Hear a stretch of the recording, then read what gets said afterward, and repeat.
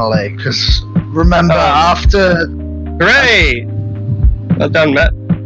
Anyway, keep going. Oh well, I thought that was the case because like a month ago we had lost track of the date, and so you just decided, first I'm up and off, and I think it's been about 5 or 6 days in game since then. Oh yeah, cool.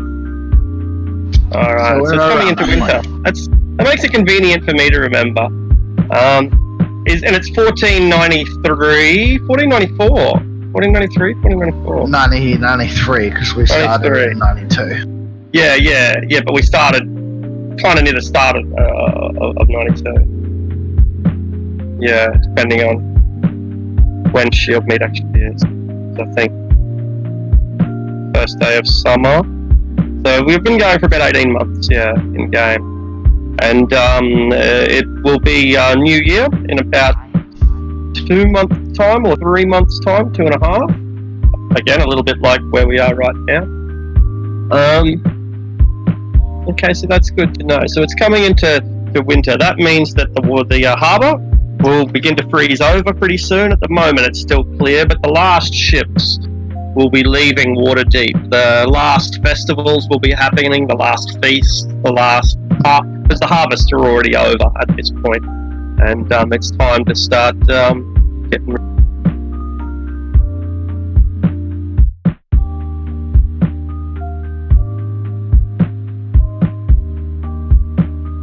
Yeah. So I think we're just waiting on Neo now. Because Sash said he won't be here today. That's right, not here today.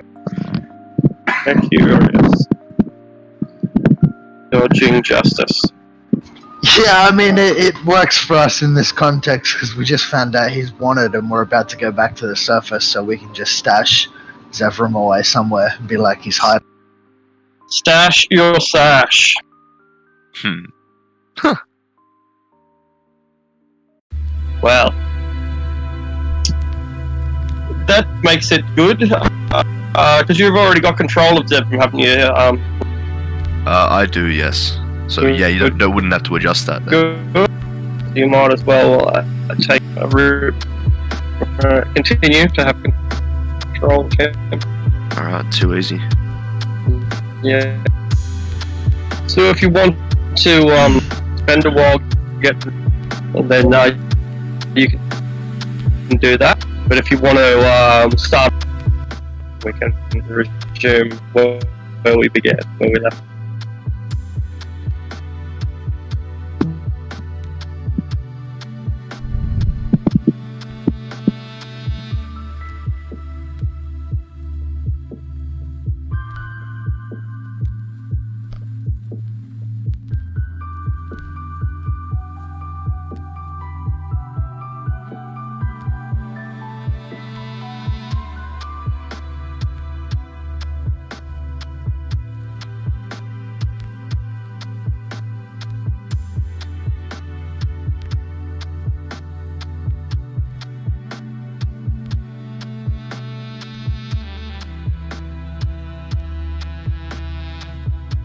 You got the tally for the gems, right? The most recent ones that you sent through? Yeah. Oh, there they are. They're not rolled. There's just a number.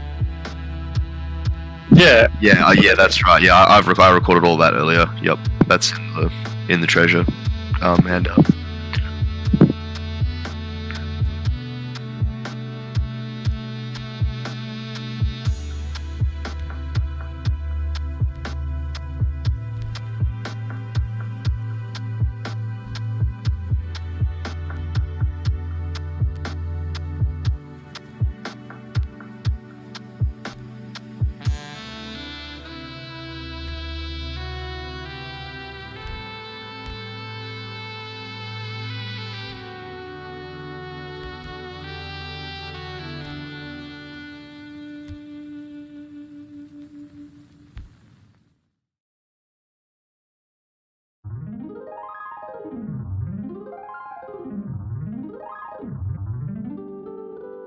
Been watching a lot of hard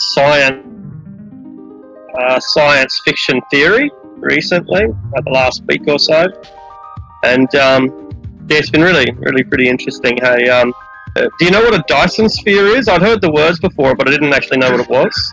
Oh yeah. Dyson sphere, yeah, it's something you build around like a star or something, and it like extracts all the energy.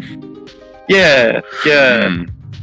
Actually, Friedman Dyson, who designed it, wrote the foreword of a book called Ringworld, and he said that his Dyson sphere wasn't as good as the Ringworld design. That's how What did he say? Sorry, you're a bit soft.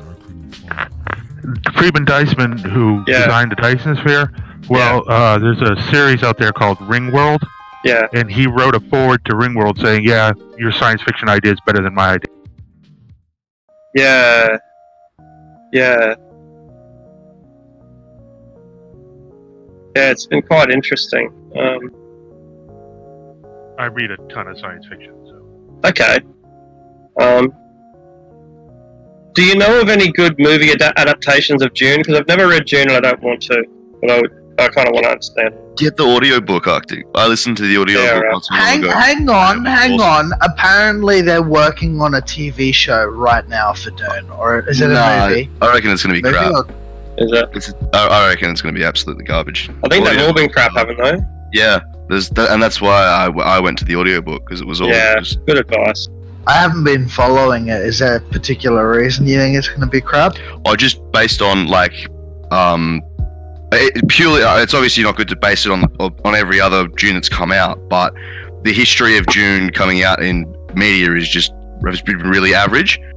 And I know the book's got like every other case of, in my opinion at least, like, you know, look at like Lord of the Rings, Game of Thrones. The books have, in my case, are always more enjoyable, and the audiobook's the closest thing to reading the book if you don't want to actually read the book. So that's kind of why I just went, fuck it, like I'm going to get the story regardless, and it's a safer bet. It is a better idea. It's probably on YouTube anyway. Like it's the sort of book that there's probably half a dozen different audio. Yeah, absolutely. You would be able to find it cheap or free, even. Really free. easily. Yeah. And it's a killer story. It's so good. Okay. If you want to watch a really good sci-fi that's new, Amazon has The Expanse. It's incredible. I've watched the first 3 seasons. Is that what we're up to? Yeah, 3 seasons. And it's good. Like, I watched the first 1 season like a long time ago, and the next 2 I held off for a while, and it's good. It develops the story pretty well as well. There's a lot of good things about The Expanse, but it's also a bit shit as well. Like, particularly the early seasons, there's a real stupid melodrama to it, I find. A kind of, like noir.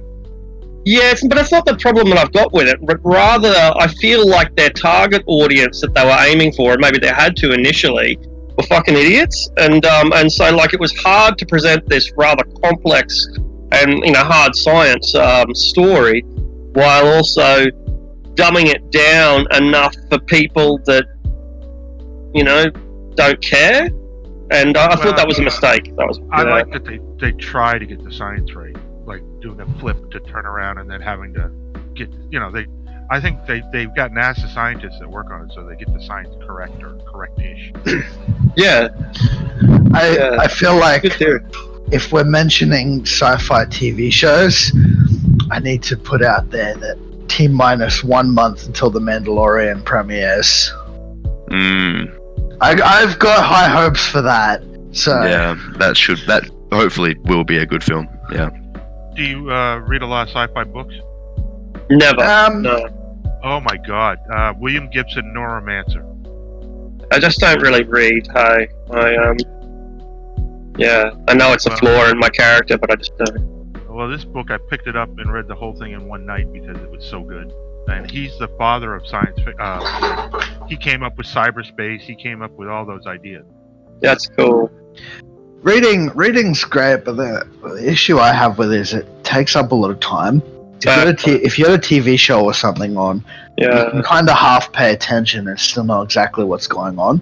Yeah, you can get half the information in a tenth of the time, right? And you know, so it's just, and particularly, so that's the efficiency I find as well. I'm just more like, particularly now, like I've gone nuts with YouTube, particularly over the past 12 months or so. But I know so much more than I did at the start of the year. I still don't know shit because none of us will ever know very much. But yeah, the depth of it's just incredible. So I mean, really Game of Thrones is a good example here. I'd say that. I mean, the books are clearly much, much, much better. But let's say you sat down and watched the entire TV show in a single sitting. Someone that has started reading the books at the exact same time will probably only be about halfway into the second or third book. Yeah, but the beauty of books is and maybe I'm old school, is that when they describe a castle, you get to design the castle. And today's society, images are given to us, so you don't get to use your imagination of what it looks like. Oh yeah, no, I definitely agree with that. I mean, Game of Thrones is again probably the biggest example of that. If you go and compare, I mean, there's people that have made 3D models of the castles and the locations from Game of Thrones, the novels, and then compared them with the ones from the TV show, and they look nothing alike. Like TV is limited by budget and what they can do, the technology and everything. Books, I'm just saying that, example, The Hobbit. I read The Hobbit and The Lord of the Rings. And I had an image in my mind what the Lord of the Rings world looked like. Yeah. But when they presented it, it kind of took away from what I imagined. Yeah, I can't remember what I used to think as well. I can't remember my old images of Gandalf and all that because Ian McKellen is Gandalf forever. He's now Gandalf, yep, exactly. Yeah, so I certainly agree with you. Do you like just raw science and engineering? Oh, absolutely. I've got a degree in science. I'm just not very good at it. There's a guy, an Australian guy. I believe he's from Queensland. It's called the EEV blog, and he's an electrical engineer, and he teaches electrical engineering and with a Australian style that I love. Yeah, okay. Yeah, that's cool. Yeah. There's a great Australian guy who builds stuff out of nothing. He's got a pretty big following on YouTube. Like, he shows you how to build a house, just nothing. Pretty amazing. Yeah. Yeah. Yeah, like you build an oven, build a fireplace, like whole shebang, just from nothing. Incredible.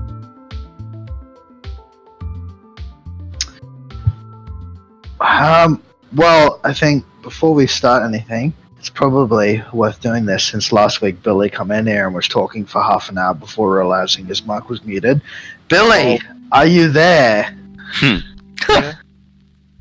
Hey, okay. Welcome. Congratulations, your microphone is not muted this week.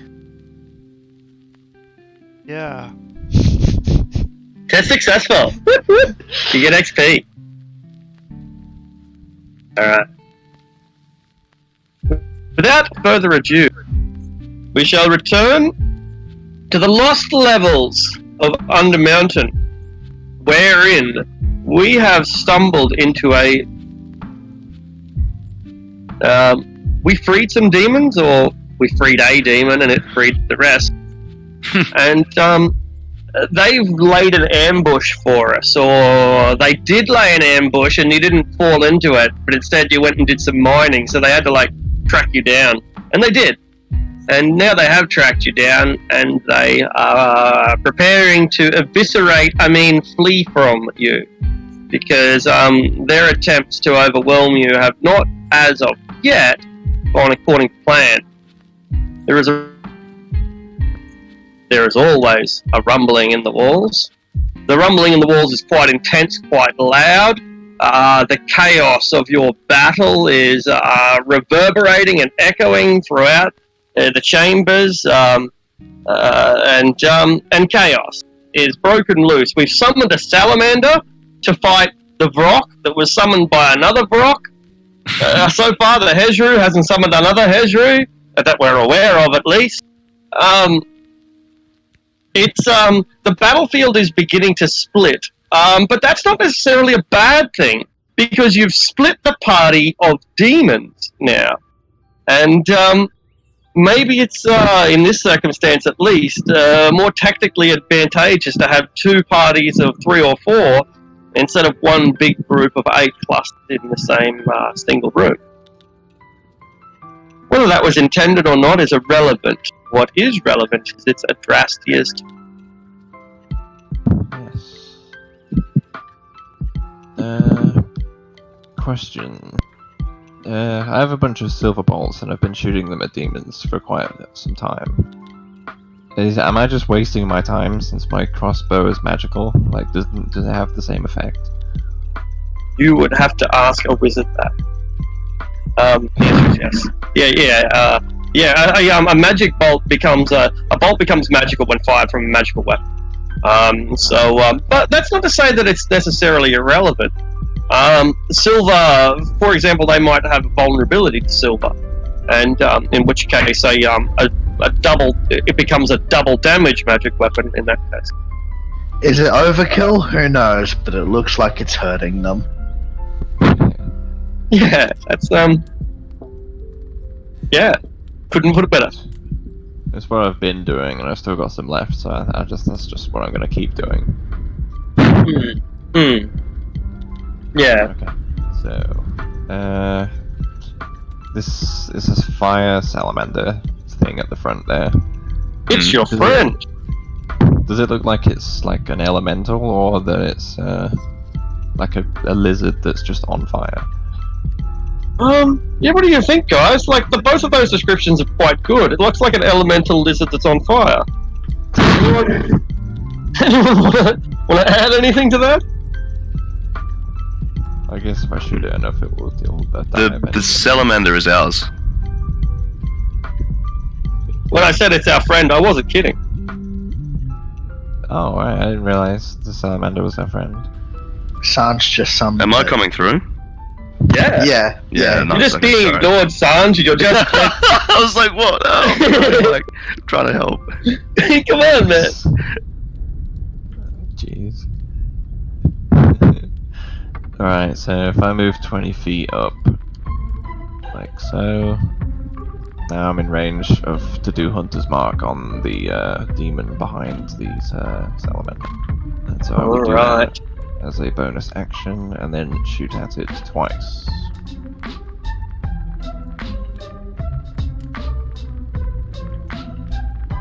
With advantage. Successful. Darkness. Not that valid. I don't think that'll do it. No. Negative. That was the second advantage roll, just to see if I get a critical. Oh, Roger. Okay, so 14 piercing on that first shot.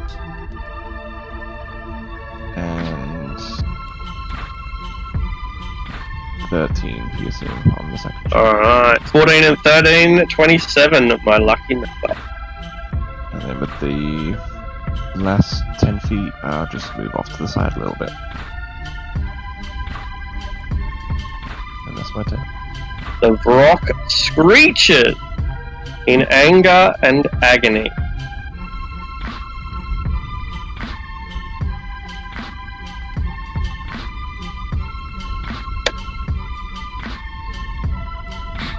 Caravan. Well, since I can't see anything, I'm going to move up to here. Right here, and just hold until I...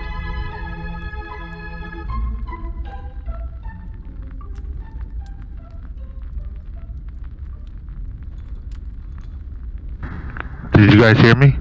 A little bit better now. It's quite quiet, but now it's good. Yeah, I just moved there. I can't see any enemies, so I'm just going to take the dodge action. Excellent. You can hear some chaos. Oh, actually, you probably will be able to see. Just a moment. The salamander, is the salamander on fire? Because it probably would provide light, wouldn't it? It says heated body, but it doesn't say anywhere rules-wise that it emits light.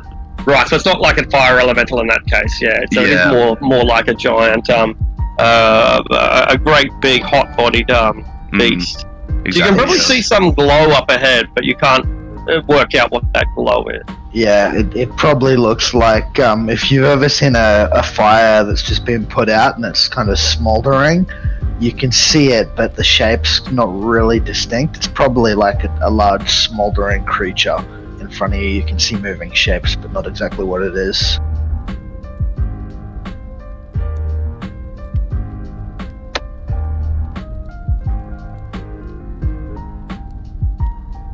A bit of glow. Alright. Aravan, you're dodging. You're looking out in the darkness and like any little see into the dark, you're a little bit afraid of it.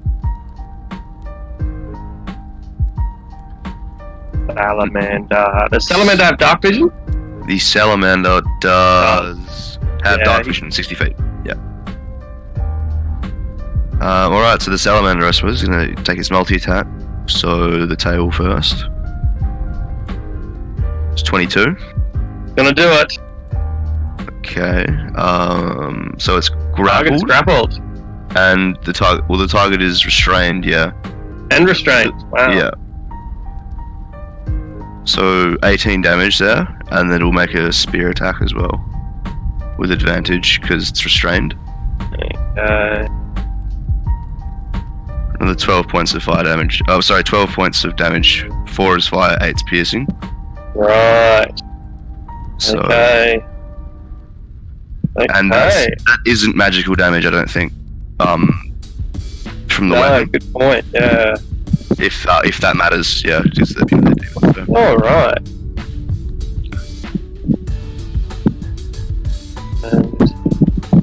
Okay. Yep. Okay. Cool. So the salamander starts beating into it, but the attacks that he is making, the flame, the feathers don't catch on fire, the skin doesn't really burn, and the wounds that he inflicts look not trivial, but minor.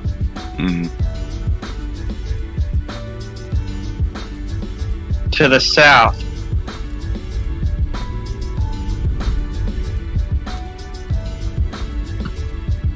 the giant toad-like Hezru, or more warts and horns as it is, looms over you. And it stinks awfully. In fact, it smells so badly that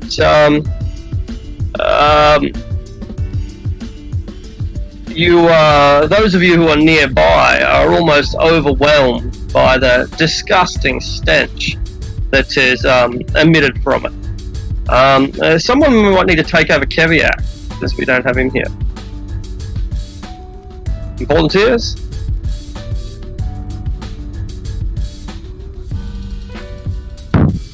I guess nobody's really keen to. I've already got Zevram for this. Roger. So. Excellent. And I would really want to volunteer because I've never played a barbarian before, so. Yeah, I don't think always any of us know how he works. Yeah, you can just feel free to put him in reserve if you like, but that's fine. It's just he's on the front line, so I'll put it, give him to you. In any case, this thing stinks awfully, like the depths of the abyss. And when it sees its targets, what have we got? What's this flaming thing? That is my flame wildfire spirit. It is basically a goblin made of fire. Can it be attacked? It can. Alright, and it will be attacked.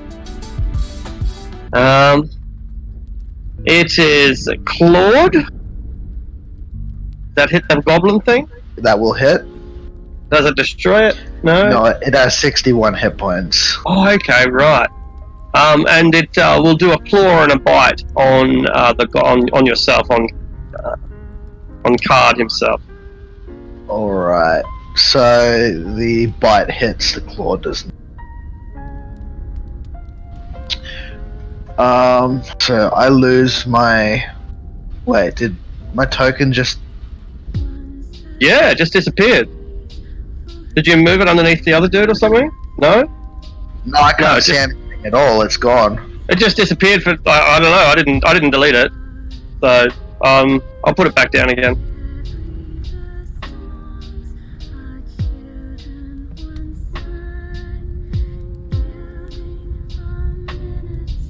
Yeah, and could you just put me at 9 initiative, I believe it was. Excellent. Alright, so that hits, that strips my temporary hit points, and I take 5 on.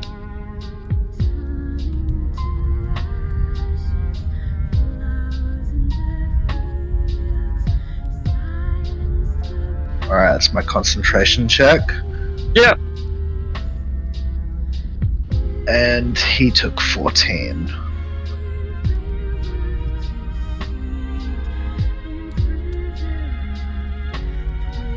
Alright. Magic?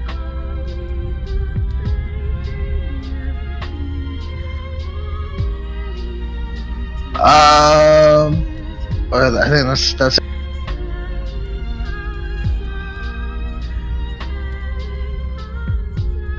Oh, is it turnover? I was asking if it's 14 magic damage. Or to us? Oh yeah, is it? Oh, sorry, my mistake. I was thinking that you just had your turn. I'm not sure why I'm getting stuck. Yeah, no. Idiot. It attacked us. No. Cool. Now, Yeah. Now it's Yeah. our turn. Totally being an idiot. There's something coming from the south. Its stench is almost unbearable. Alright. Card is going to attack. I'm going to cast Primal Savagery and start clawing this thing, and as I'm currently concentrating on the Great Tree, Guardian of Nature, and this is a Wisdom attack roll, it has advantage. Beautiful. 13 points of acid damage. Alright, acid damage. You discover that your acid infliction is particularly devastating. Oh, wonderful. And at the end of my turn, the Wildfire Spirit shall by throwing a Flame Seed. Alright. 6 fire damage, which is probably halved. It's virtually useless. He looks at Card and recognizes the goblin as the much greater threat.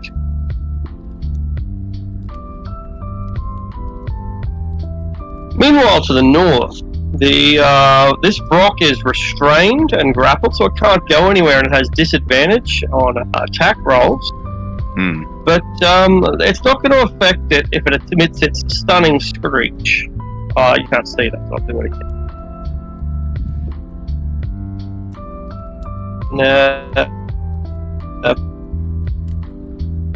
Stunning screech. Whoop, whoop. Each creature within 20 feet needs to succeed on its con save. Will be stunned. Ridiculous. The Brock is himself stunned. Alright.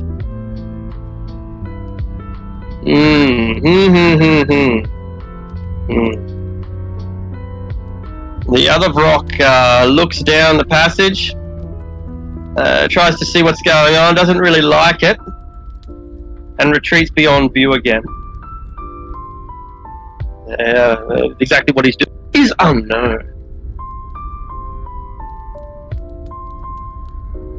Hello there, sir, and welcome. We are currently in the lost level of Undermountain, and you are king of the pool. My favorite. What was that? I thought he said my favourite or something like that. I'm glad to fill you with enthusiasm. that was either really slurred because he's drunk or he's really tired. Which is it? I just woke up. I thought as much. It could be both. I'm going to stay put here, though I am going to throw a fireball to... Ooh. I'm going to throw one right here. Just to Alright. Right here. Or left. Make it. Let me see that now. A fireball.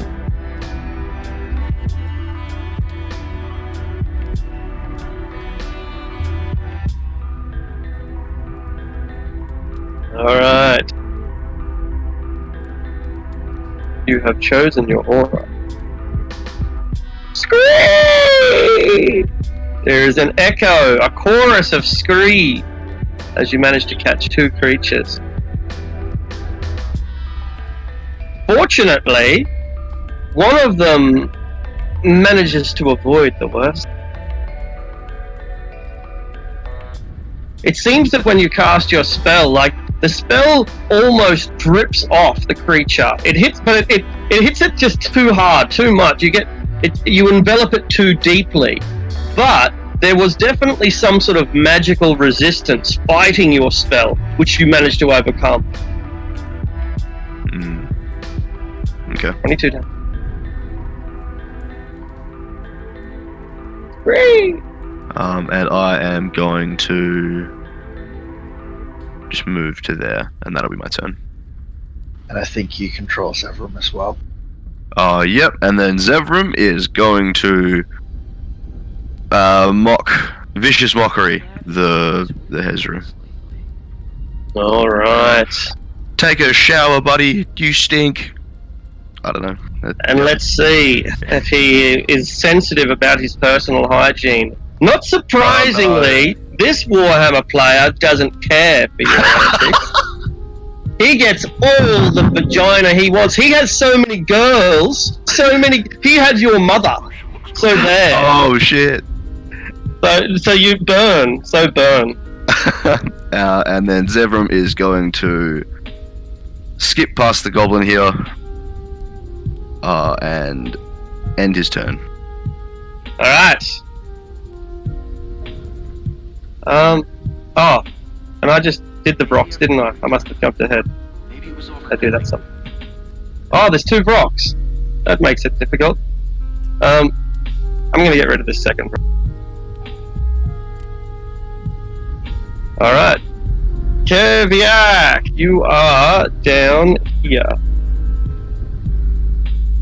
My laptop is updating. No worries. That's fortunate that we have already delegated your Keviak duty to Adrastia. So what would you like to do? And Adrastia can roll for it. We're fighting the, frog kind of demon, right? That's right. Unfortunately, you have a goblin and a goblin's little fire buddy in front of you. In between, you can't really reach the bloody frog man because there's goblins in the way. You could kill the goblin, and that would give you access to the Hezru. Keviak definitely thinks about it for a second. But I think at the end of the day, he appreciates the value of a meat shield. So he's just going to fling 2 javelins. Alright. If ever there was a good meat shield, it was a goblin. Drastia, would you do the honors? Okay, Please. Pretty. Fantastic. That is a delivering blow. And one that penetrates through this thing's horned, rubbery hide. I think Yep. Keviak's been hanging around the wizards too much. He's starting to think like one. Yeah. Getting awful strategic. I mean, having the barbarian be like, it's nice to have a meat shield. Unfortunately, these common javelins, as they are, picked up from the Walmart of Waterdeep, prove to be remarkably ineffective against this creature. They break through the skin, but the wounds they leave are more like welts than true injuries.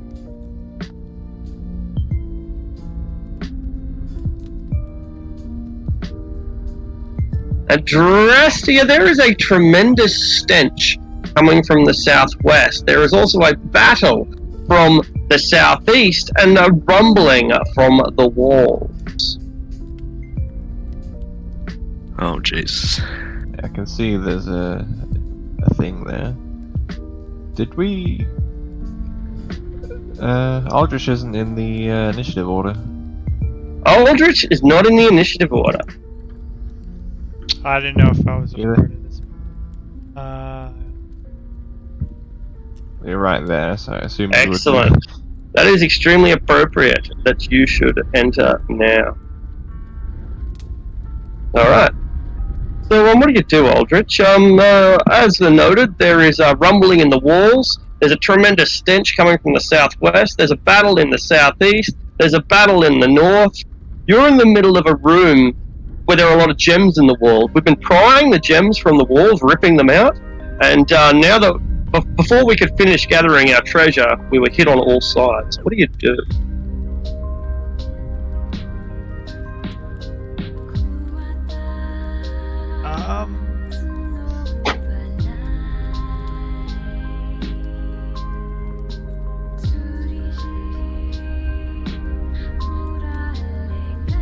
I guess I'm just gonna hold Toll of the Dead until something gets into shit. Excellent work. Aravan, you can smell something. Oh no, sorry, not Aravan, Adrastia, right? There.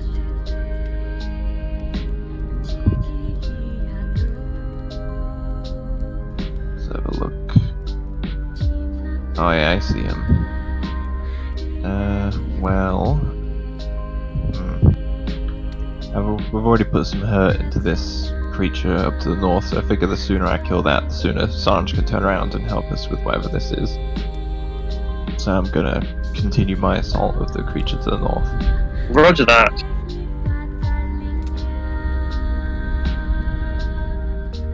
Ooh.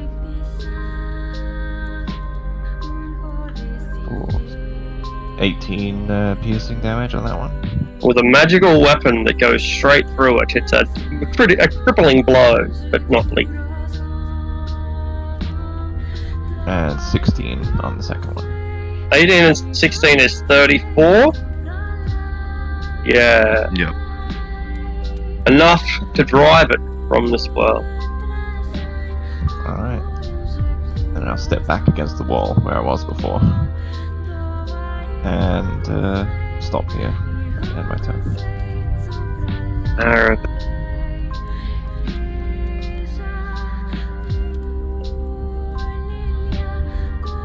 So where do I hear what from?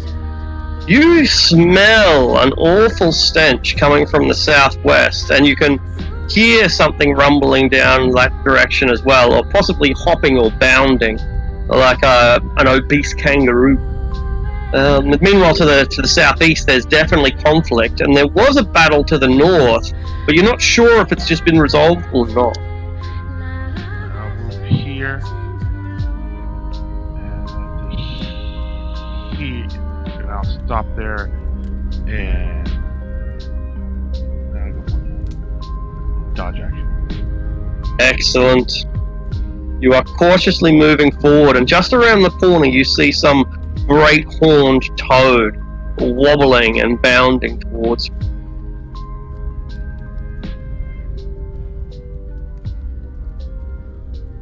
Okay. Sally von Mander. Salamander is going to. Its orders were to defend us, so it's going to come back 30 feet and hold a tail attack for a hostile creature. All right. Mechanical question as well, in terms of concentrating on Conjure Elemental. If I end the spell, it disappears, but if the concentration's broken, it turns hostile. Is that right? Yes. Okay, perfect. Awesome. It is good, isn't it? Alright. Yeah, just Great wanted to clarify that, yeah. Alright. This awful, stinking morass of flesh and warts and thorns bounds round the corner and sees the small boy and smiles, underestimating quite severely what an easy meal he would be. And so, with a simple snatch, he grabs him up Ooh, but it would have been an excellent strike, except for your dodge. So tell us how you get out of the way of this huge, clumsy, mighty blow. Araban.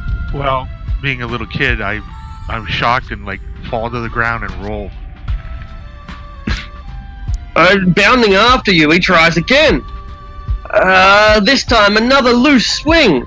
He snaps him desperately, but each and every time you bound and roll and twist out of the way. And what do you do when there's nothing that this great brute can do to hit you? I tease him, of course. He grows furious and frustrated and begins to lose his cool. And since Adrastea is not here, you're worse than Grandma. He doesn't know who Grandma is, but he knows what an insult that must be. This awful creature, with its horrendous stink, unbearable for you, Card, has chosen you to be its target. It doesn't need to eat the goblin, and it can save the half drow for later. Pair of claws and a bite. Is this against Zevran? Sorry? Le Goblin. The goblin. Sweet. Okay. Alright, so the 24 and the 27 will both hit. That's 12, and then 30, 44 points of damage. So the first strike, yeah. And concentration? Yeah, that's what I was about to do. Yeah. Let's just total in the damage first, so... Yeah. Sorry, it's gonna... That was a nasty blow. Yeah, the first blow is like a big hammer strike with his left fist that misses.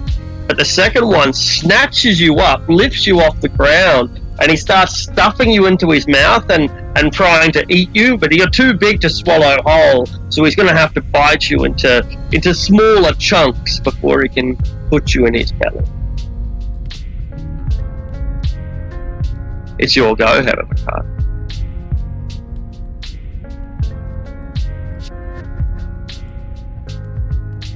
I'm going to bonus action disengage. Excellent. Goblin's nimble escape. How do you get out of a creature's mouth like this? Poke him in the eyes. Nice. He coughs you up, spews you up. And then... He's not gobbling you.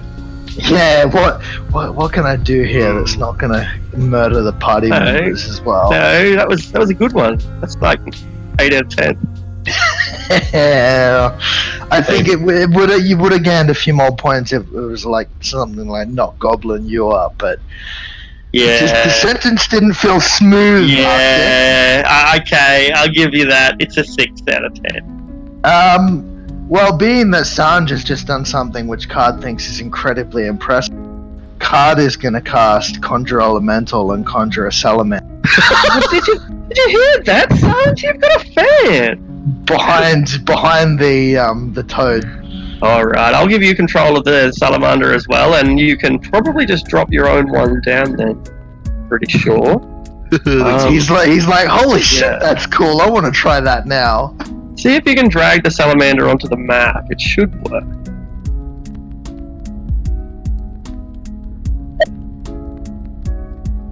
Yeah. Perfect. For the sake of not fucking up initiative, do you just want to use a Sam initiative as Sandra's one? Definitely. Yeah. Alright. And the wildfire spirit shall throw some.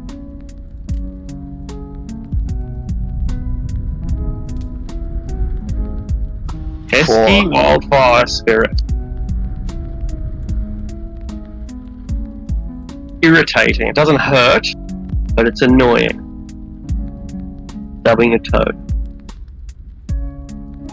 Watch the spirit be the one to finish him off.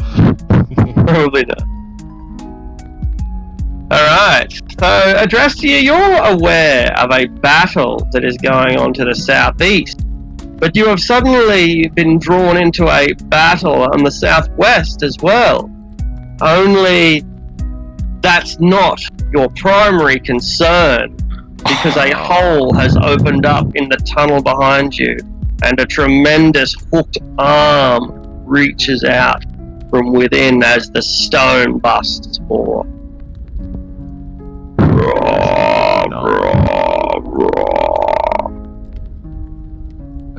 So just the second one hits. So 7 damage. Those of you who are close to the Umber Hulk will no doubt be very eager to participate in the confusing gaze Christmas. No. No one witnessed me. Alright. Toll the dead when he pops up. Ah, yes, good call. He has appeared, and that triggers your ability.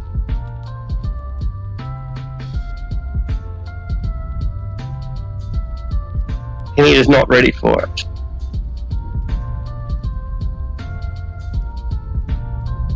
Bong.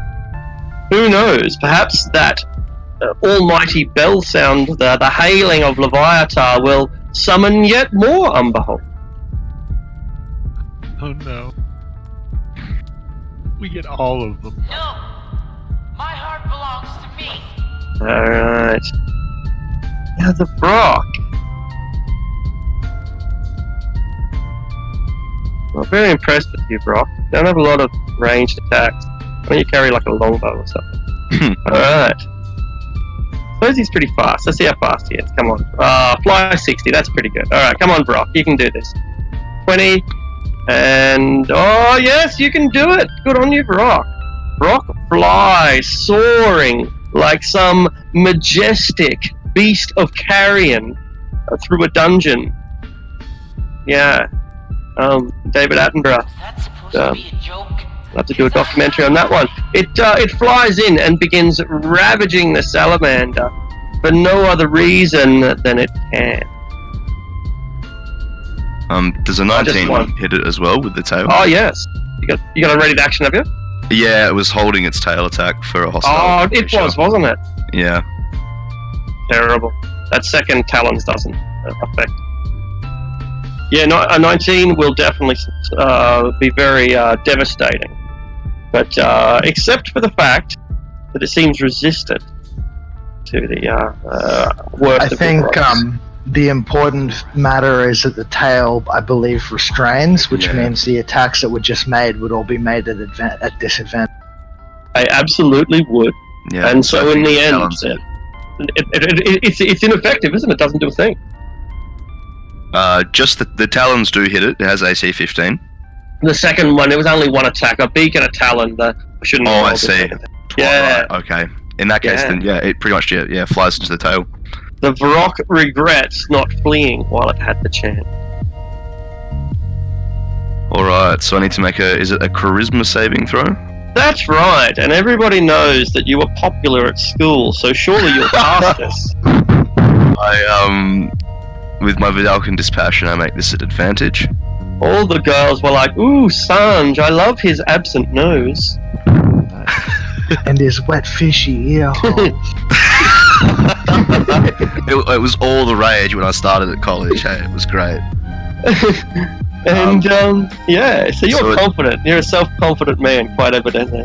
Yeah, so a 20 is good. I'm going to take like a step back in this direction and start pulling out the lodestone because we do not have time for this, and I'm just going to try and disintegrate the Umber Hulk. All right.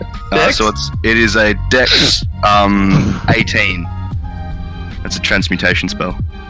It's just like, fuck you and you laugh. Pretty much. Like, pull the lodestone out like I don't have fucking time. Bang. This is meant to be a challenge rating 9 encounter. And yet you disintegrate the Umber Hulk. It is destroyed utterly. And Adrastia, there's a tunnel beyond in case you care. Oh, interesting. Are you okay, Adrastia? You alright? Yes, I'm fine, thank you. Excellent. Yeah, just look at this big pile of ash that was once an Umber Hulk. I'm going to move there, and that's turn. And then Zevram is going to. What is he going to do? Does he have 2 attacks? I think he does. Extra attack. Yeah, okay. So he's going to swing with Azura twice. Ooh. Yeah, that'll do it. The second one, obviously not. But, yes, plus 10. Right, yeah. That's pretty good. So 10 slashing, I'm pretty sure that's magical. Yeah, I'd say so. Yeah. It would be surely. Obviously. And yeah, that's his turn. He's happy. The both of the toads are beginning to panic. Oh, that's a disadvantage. Sorry, because of the Hezru's stinking thing. Here it is. Make a Constitution save. I'll show you again. Okay, sure. Yeah. Yeah. Constitution. Yeah, Con 14. Yeah, so you're fine. All right, good. Cool. All right. Alright, Aldrich, so you can smell an incredible stench coming from the southwest here. There was a great hulking Umberhulk coming through here, but it's been disintegrated. There's still a Vrock, a demon of pestilence to the north, so you do have options. What do you choose to do? And this is an enemy rated. Yeah, some sort of toad demon.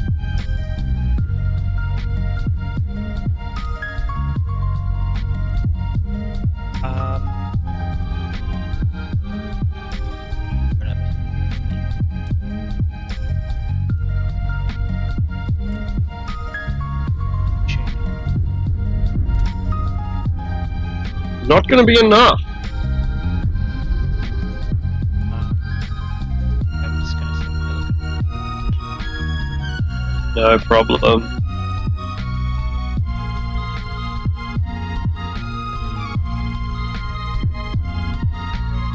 So, Keviak, the scene for you looks like this. A position has opened up as the goblin retreats after he got vomited up.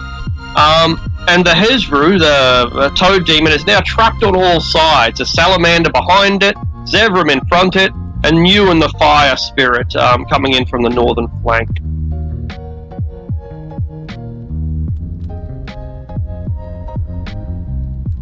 Alright, Keviak is going to rage, and seeing that his javelins were not having a ton of effect, he's going to adjust, drop his shield, and whip his great axe up.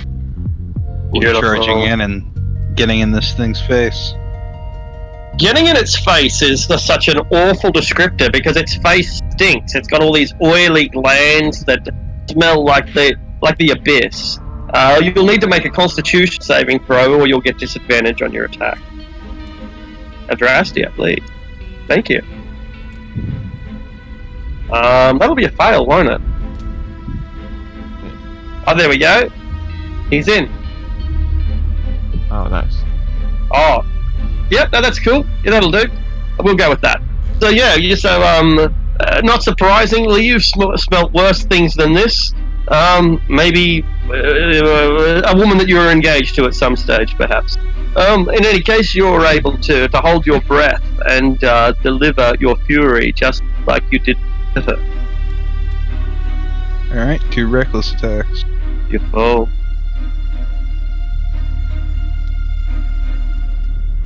Evidently, you wreck more. Keviak's just like, I know, I knew this dwarven woman once who never washed her beard.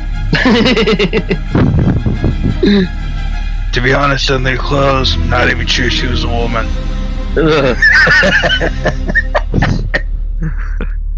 She had this thing that might have been a wart or a bunion, but it might not have been. Does a 16 hit? Sure does, and so they're a pair of devastating blows.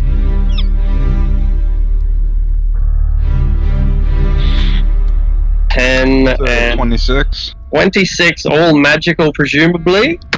Yep. This creature is panicking now and vomiting up bile and bleeding and dissipating, and when its blood hits the floor, it just turns to vapor and dematerialize. But for now, it's dead.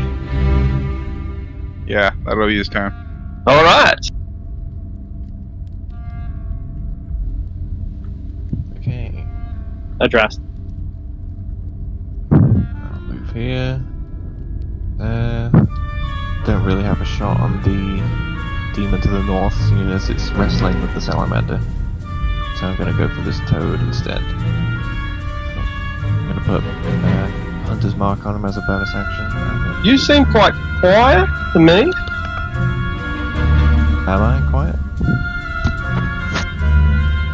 Anyone else? No? Might just have to adjust you with the more volume. No, definitely quiet. I mean, I can understand, but it is quiet. Yeah, that's right. I've just got you boosted. It's all good. Cool. That's strange. Yep, Okay, so cool. So, yep, keep going. So yeah, I'm just using Hunter's Mark as a bonus action and I'm gonna shoot him. Excellent. That's on the bird of prey, the pestilence thing up the top, right? No, Oh, the other. the one that these two are fighting. Okay, cool. Armor class 16. Right. So 11 piercing on that one. Its first wound. And 14 piercing on that one. 11 and 14, 25. And then I'll move here, I guess. And then back. Out of my way! I want to kill the Dark Elf.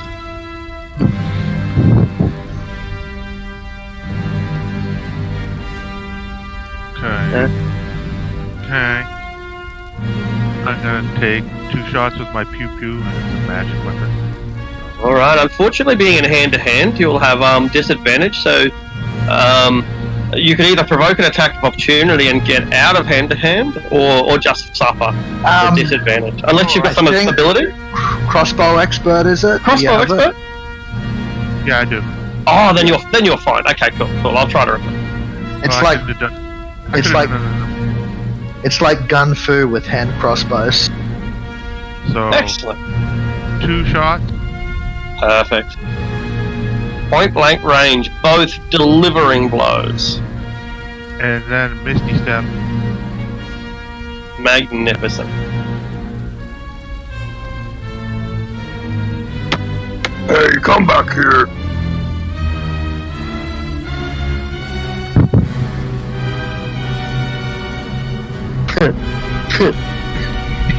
He pokes out a tongue that's bigger than yours. Yuck. Probably a tongue that's bigger than you, like your entire body. Accurate. Alright, so because the Vrock is already grappled, the tail automatically hits. And then the spear. Ooh. Oh, this Ow. elemental. Oh, He's going off. This elemental. I guess we're not fighting him.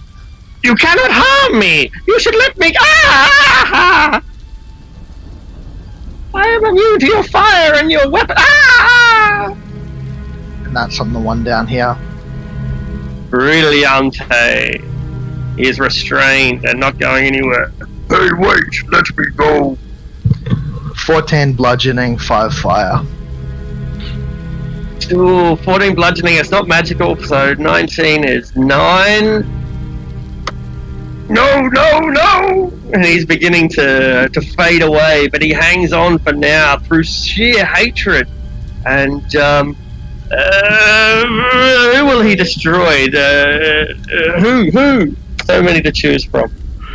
1 is Zevram, 2 is Keviak, and 3 he foolishly, wastefully goes for the summoned creature. Keviak it is. Claw, bite, a frenzy, absolute frenzy, ripping into the dwarves' heavily protected skin. That's an advantage, right? Yep. Alright. But I think it's restrained, right? Oh, and it's restrained. Yeah, of course. I didn't put the marker.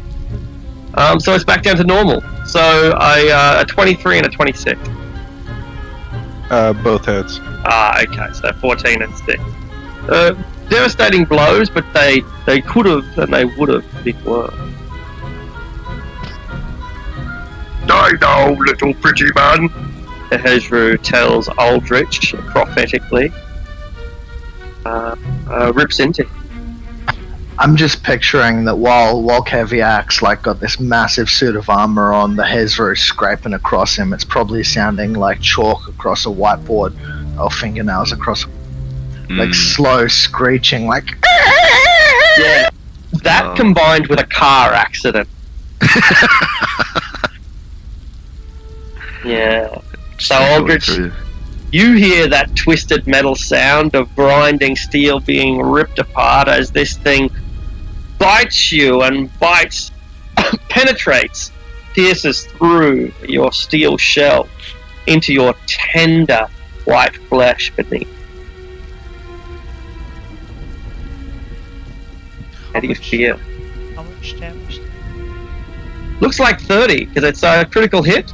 18 plus 12, so 30 damage. Big hit.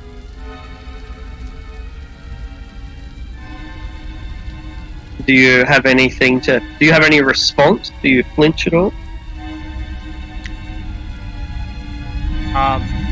No, I guess a normal person would, cry in pain, but I'm looking Frog Demon straight in the eye and saying, "Buy me harder, bitch."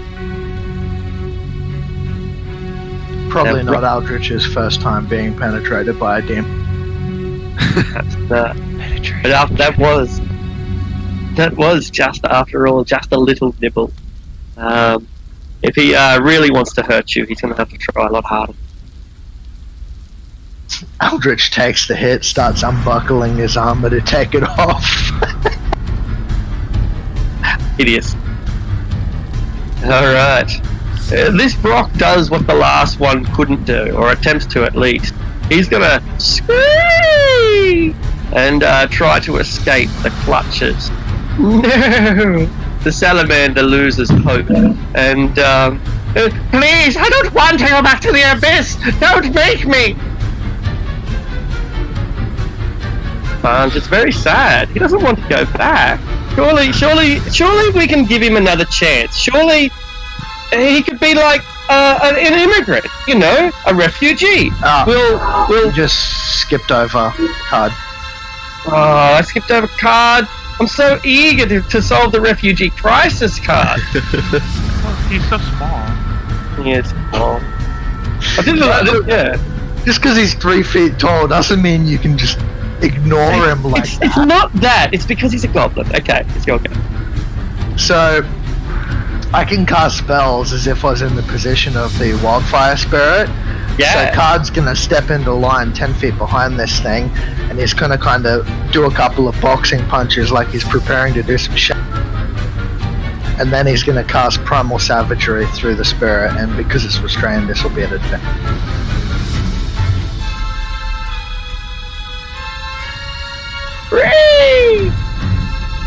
23 acid damage. No. And you have destroyed, annihilated, dominated your first demon prince. Because he was probably a demon prince. As he hits it, Card's gonna kind of charge and dive forwards like, oh, I've never eaten demon before. And then he's just gonna lie on the ground throwing a tantrum when it starts to dissipate. Like, no! Make an investigation roll. He's gonna try and snag like a demon drumstick before it disappears. You get a handful of demonic essence, but it disappears before your fingers. It slips through, and if only you had something to catch the demonic essence in, but it's gone. It's like trying to pull it with his hands and try and sip it like. Yeah, yeah, but you would as you go to suck it in, you sneeze instead, and it just goes woof.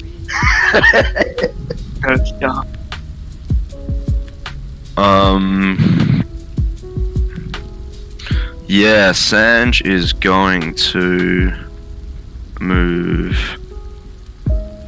I think here in front of Araban here, facing the toad, and I'm gonna pull out a vial of that acid that I'd purchased a little while ago. I've held on to that for a while now. The more potent version, and I'm going to pull it out, and I'm going to cast Catapult on it and fling it at the other Hezru in front of Eldritch here. Yeah, found one of their weaknesses in acid. Oh, that hasn't gone through. Okay, let me try again.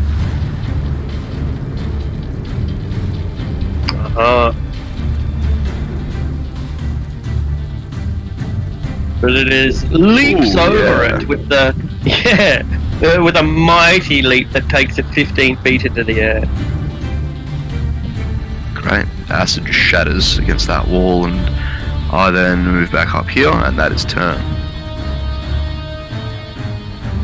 I'm just picturing the nat 20 there. It's something like he's flinging it at shoulder level or something. So it would have been real easy for him to step to the side or duck it, but instead he chooses to leap over the top. Yeah, this massive frog jump. Okay, I can't do that. I didn't know you could either. Okay. Zevram is going to probably take the dash action this turn. He goes 15, 30, 45, 60 feet. That's dashing, and that'll be it, I think. Yeah, that's his turn. Runs like the criminal he is.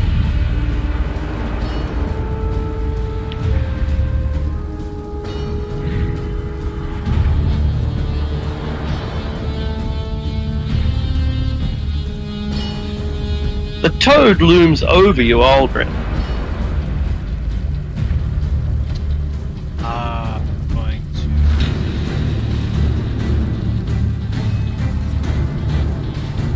My holy weapon's going to glow red, and No! then say a prayer to fly it, and try again. I'd rather face angels than the Viator! The 16 is a hit.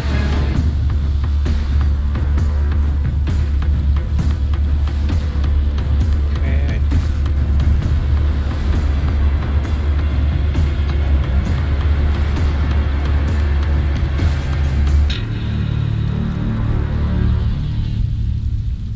And I'm also going to channel Nitty.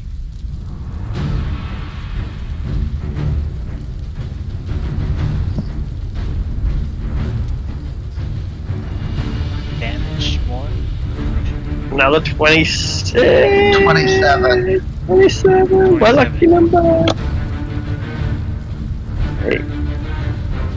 It is devastating, crippling, and this great hulking monstrosity, which is a walking fortress, as you hear the breaking of bone and the popping of organs and the splitting of blood vessels, and the stench that comes out is like popping a garbage bag on a summer's day. And it ignores the resistance. The creature is devastated. It's crumpled, but it fights on furiously. Yeah, it jumped over you. Yeah, which way did it go? Back. I think we finished it. Yeah, Zevram has run off to the north. Alright, then yeah, Keviak's going to exit in pursuit of Zevram.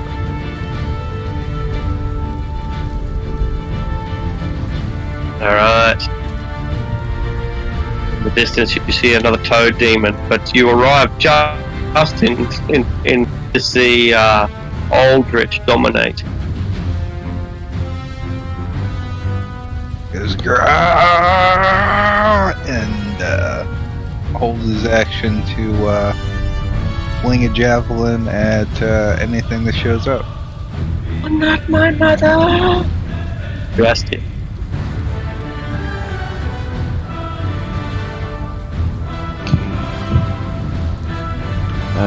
keep shooting at the hither until it dies.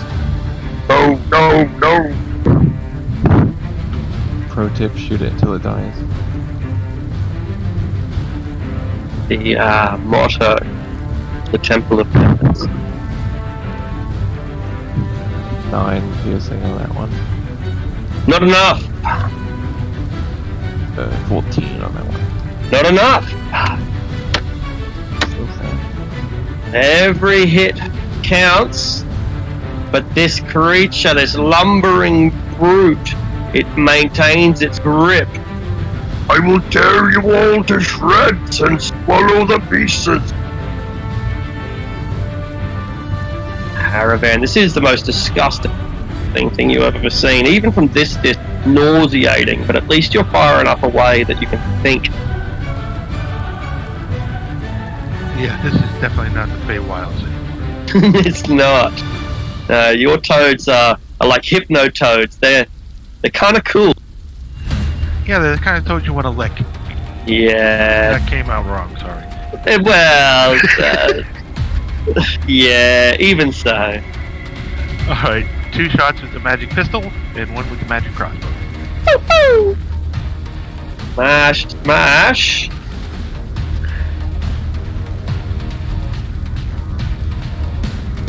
You have driven it from existence. And I spin my pistol and blow the smoke off it. But I don't look at it. I don't look at Grandma because I don't want her to get mad at me again. No.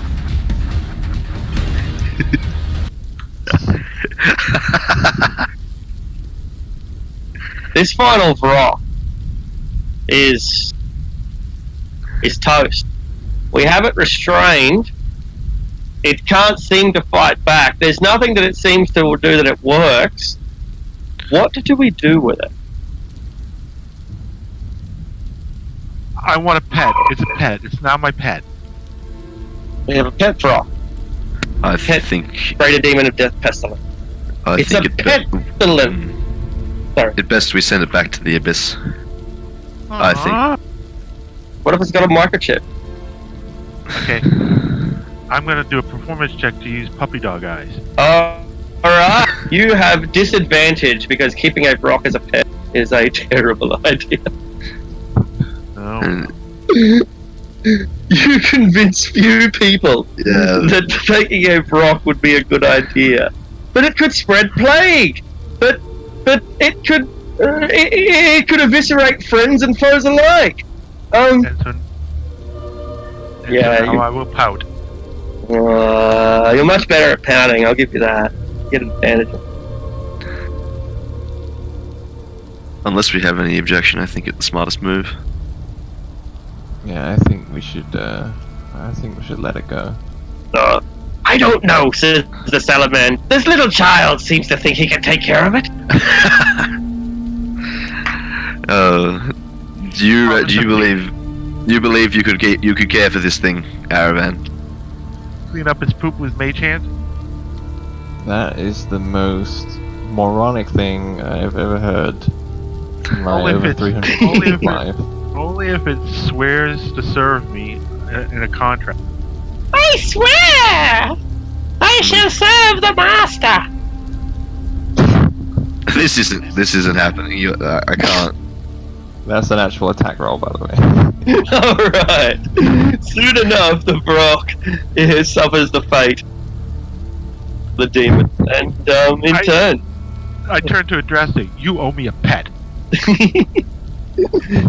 Preferably a sentient vulture.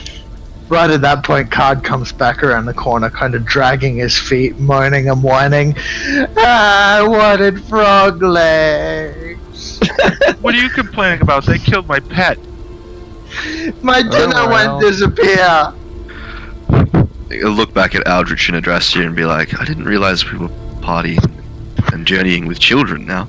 I don't have any experience with kids, let alone 2 of them. Apparently so. If you want a replacement pet, I'm sure I can find you one down here in the Underdark. Perhaps a I go fungus. hang out with Tard and pout with him. Yeah. Would you like to ride on the salamander, Aravan? I'm going to command my salamander and fire spirit to pout with me. Yeah, they feel that, like this. They think this is bullshit. They offer to make a picket line. All right. Well, see, and this I gotta say, this is why I wasn't initially concerned.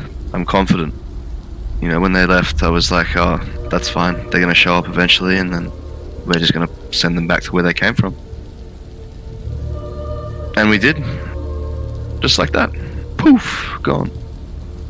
Well, I didn't see any sign of the first one we set free. You're right, yes. But, I mean, there's a chance I can get a new pet? Oh, let's go find him. Sure, go find him. While we will continue on our merry way. Yes, we should make for the surface. I take his hand and say, come with me, and I try to drag her that way.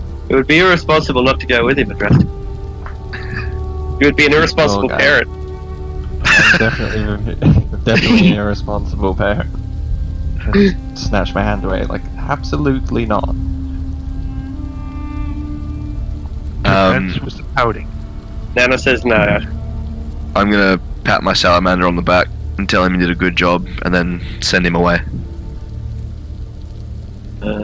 He nods and says, if you should ever come to the fire elemental plane, perhaps I will have my revenge and you will serve me when you vanish. Yeah, see you later. Hear it once, hear it all again. It's all good. Oh, people always saying, oh, but you summoned me from my home where I was perfectly happy to make me fight in a pointless war. I'm a wizard. It's what I do. Oh, sorry, I made the salamander disappear, but yeah, you're still riding him for, or pouting with him for as long as. There he is. Welcome back, Colin. Welcome back. Yeah, Card's gonna keep his out for as long as possible. He's like, I've learned this new trick and now I can summon these big fire lizards. I don't want it to ever leave. It's practical. On the way out of here, Card, did you happen to pass through a region called Willowwood? Have you been through there? Don't think we've gone through there with you, right? Arctic, did I go through Willowwood or was I just confusedly stumbling around through the 4th level? Let's see. So you've come from 2nd level. Perhaps you somehow you either found out the secret of the gates. Maybe the goblins know more about the gates than they've let on. Yeah. So we'll say that you used the conventional way. You went through the gate. You came out through Willowwood. It's the same as the rest of them. So it's just. Actually, I think there's goblins in Willow. Well, or at least we've heard goblin language and seen signs in goblin. So maybe I've been there before visiting relatives. Yeah. I mean, it's good hunting, Willowwood. You know, you get good spider legs. Yeah, and I mean, just got to run the fuck away every time Willow appears. Like, oh, that pyromaniac goblin. Can't dragon them why you're not allowed to use fire in Willowwood. Yeah, probably. It's not really a big part of it. Yeah, but cool. The dragon with the sword lodged in its head is probably more of a worry than Willow. Oh yeah, I don't want to become dinner for a dragon. Especially not a dragon with a sword lodged in its head. Right, so I think with these demons taken care of, or at least the majority of them, it's now in our interest to move back to the surface. Right? We had agreed that we wanted to deal with this Manchun. I think Lucius is interested in doing so. Aldrich, what do you think? You're more attached to him. I suppose you've been with this bunch for a long time now. Like, what do you think? Oh, he just said he'd be right back. Yeah. All right. Yeah. But yeah, I think the surface is the way to go. We've come through the lost level. We've cleaned house. We're leaving with, our lives. Not everybody, but it is what it is. So, shall we? Yes, let's. That's funny you say that. Never did see any trace of that cat. No. Like fur strewn all over the floor. My sending never reached the cat, so. Would you like to explore this tunnel? Probably not. There's Well, I light on the other side. The DM suggests. The Umber Hulk, the Umber Hulk that created it is now a pile of ash. Let's do it. I go through. Well, if It there's a goes through into light on the here. other side. It goes through into here. Oh boy.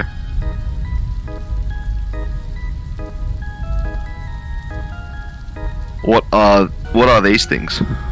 Okay, so what are these things? Oh, He goodness. totally let us into this, and you followed him.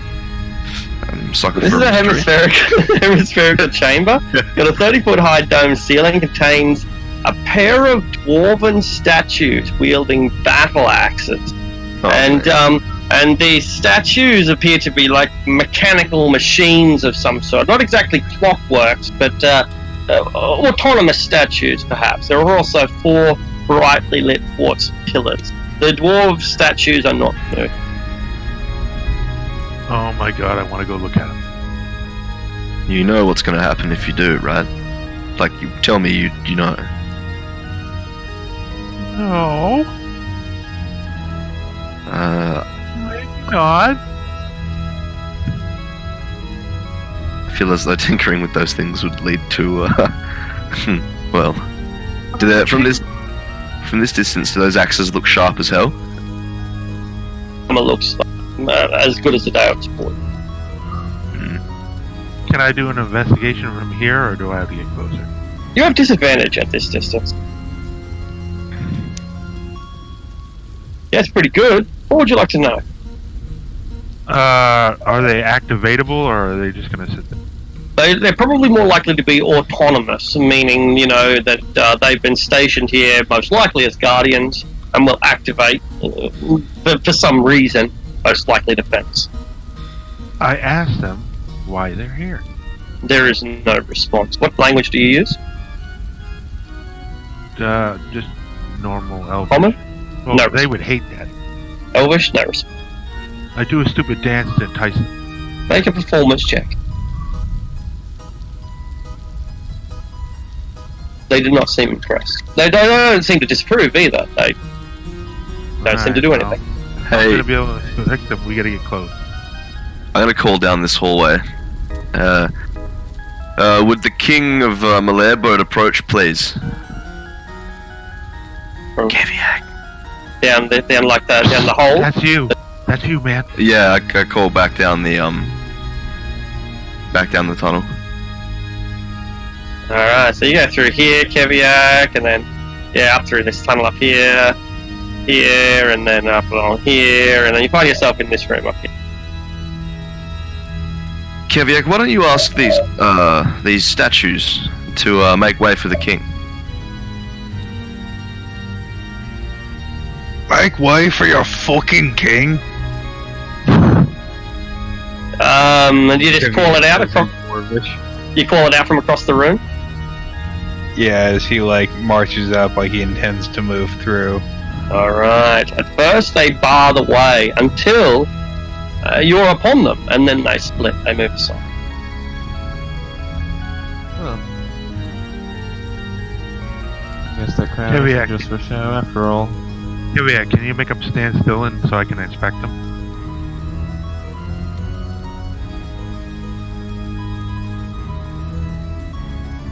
Let my assistant take a look at you. Wait, huh? There is no risk. I am going They to raise their investigate. weapon. So before you, by the time you've gotten to about where Sanj is, they raise their weapons in aggressively. They seem to be preparing to attack. Stand fucking down. You could make a persuasion roll if you wish, Kevia. Or maybe a robot handling check. My helmet gives me advantage, right? Sure, I guess so. Inspiration. Absolutely. They seem ignorant to your orders. They are not attacking you at least, but they are still acting hostile to Sanj and Aravan as they come within the vicinity of an arm's length.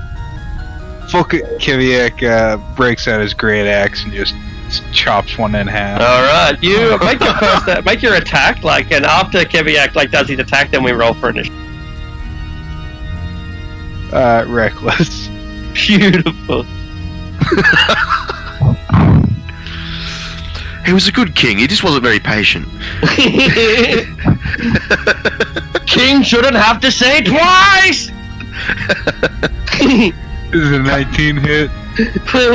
Let's see. No, it does not. Oh my fuck. The statue looks at you, and its eyes turn a glowing red.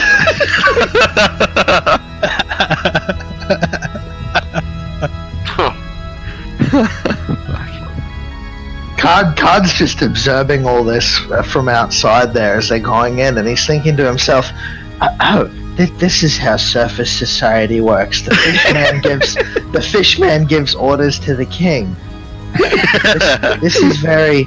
I need to pass this along to Majesty Groin. Apparently, he's not really in charge. And the peasantry are made up of robots. Indeed. Alright. So, Dracia, there is an automatic clang as our resident dwarven king attacks his loyal subject. I'll join him in attacking his loyal subject. It's the done thing. Yes, I'll quickly scan this construct, I guess, for any kind of weak point, and try and target my shots for that weak point. Any gaps where my arrows might find, might clog the clockwork or anything like that. Yeah, good call. Look for some gears or something, yeah. I'll also put Hunter's Mark on the one that Keviak is right next to. Perfect. Not at advantage, so 19. Not enough! Oh, here comes another then. Oh. There we go, I got one. Bam! 17 piercing. Pretty good hit, and it does quite a significant amount of damage. It's not crippling, but it penetrates straight through with both sides. Wow, 3 of those rolls roll below 10. Terrible. Alright. At least I hit at least once.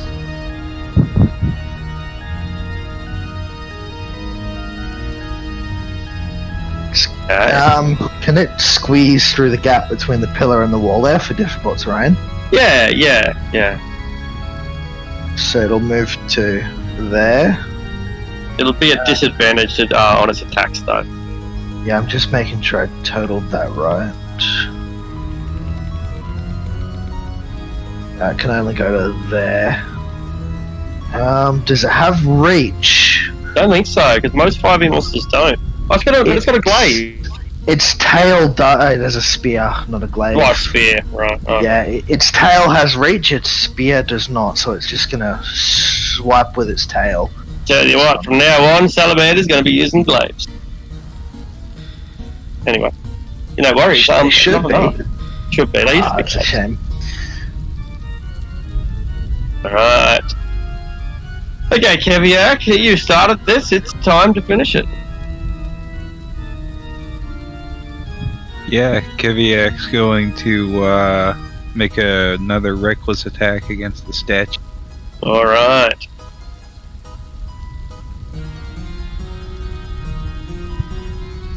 That'll do it. Automatically crits against objects and constructs. That's a critical hit. Fucking nice. Alright. 27. We're getting my lucky number all over the place today. Does that kill it? No, it does not. Then that does not. Swing again. Alright. Brunch. Whoa, that's a critical hit, which will surely do it. Nothing but a pile of twisted metal and broken glass.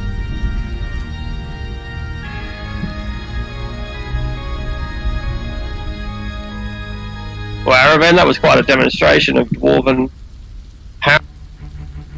What do you think? I approve and disapprove because he destroyed something I wanted to look at. So I step back, and is the other one moving?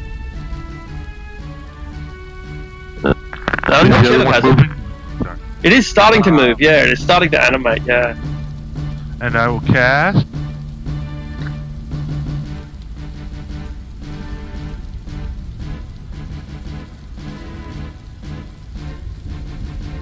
Alright. In the hopes of fusing some gears together. Okay. No. There we go. Alright.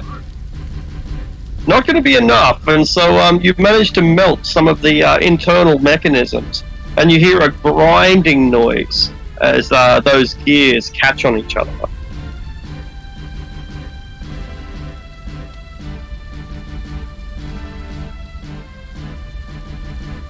Alright, I'm glad we gave Zebram a little update, because he would want to know that we're doing this. It would brighten his day to know that this is our approach. Alright. Intruder! There's a robot as it and makes a couple of battle axe attacks in spite of what the script says. 1, 2. Is reckless, right? Yeah. Alright. I think the 7 or the 22 will miss, I'm pretty sure, but the other ones are wedges his axe into your shoulder for 13 points damage. Alrighty.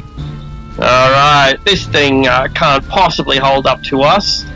Sanj, how quickly do we decide to finish this thing? Yeah, it's kind of trivial. I'm not going to bother with spell slots, so pull out the Master Apprentice wand and just Ray of Frost it. Oh, you freeze it in place. Core temperature is too low. 14 points of cold damage, and I'm going to just back it up to here. Alright. System going into override. Hard.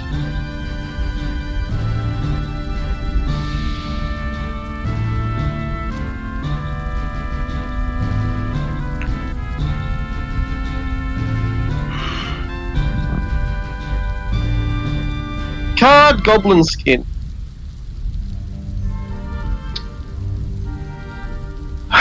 Card is going to charge up and throw a firebolt at it. Bounces off. Pathetic. This wildfire spirit will follow him. Wildfire Spirit, you're part of the party.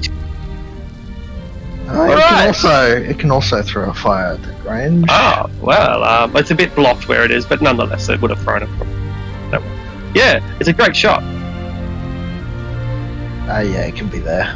Yeah, something like that, you know. It can still complete its move afterwards, but just for the sake of being pedantic and no other real reason. You put your fire in where Aravan placed his, and the circuits begin to burn and twist and spark, and the gears begin to melt. It's not liquid cooled.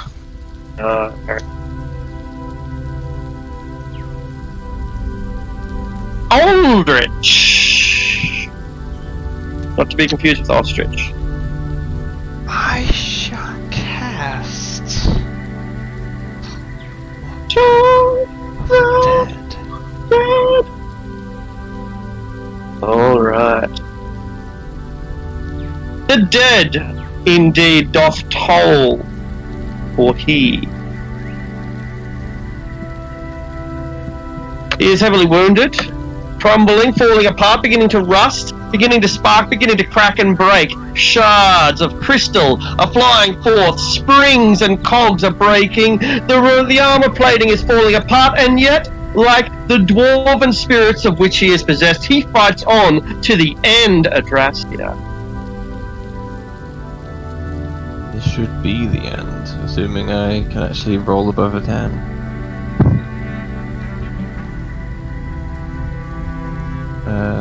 Yes. There we go. Boom. 13. It sends him reeling and spinning. Steam comes out of his neck. His head goes into overdrive. 360-degree turns. But he's still standing. 8. He's on 2 hit points. Just held together by just a skeleton. His armor falls off and he's nothing but he's like the T-800 at the end of the first Terminator now. Looks at you with his grinning metallic skull.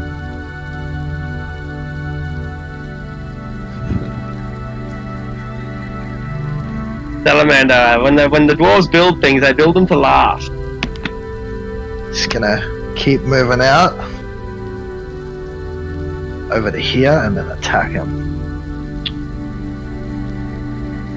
Test. 16.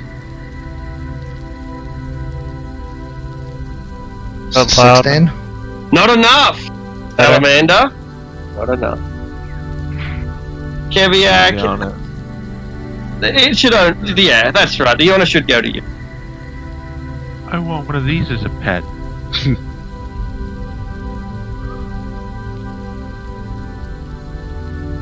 You were a loyal subject, but not loyal enough. It salutes you. And crumbles into your mind.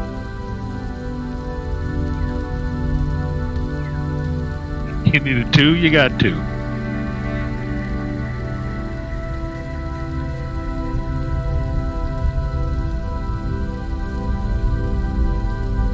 Surely, the lost level is out now.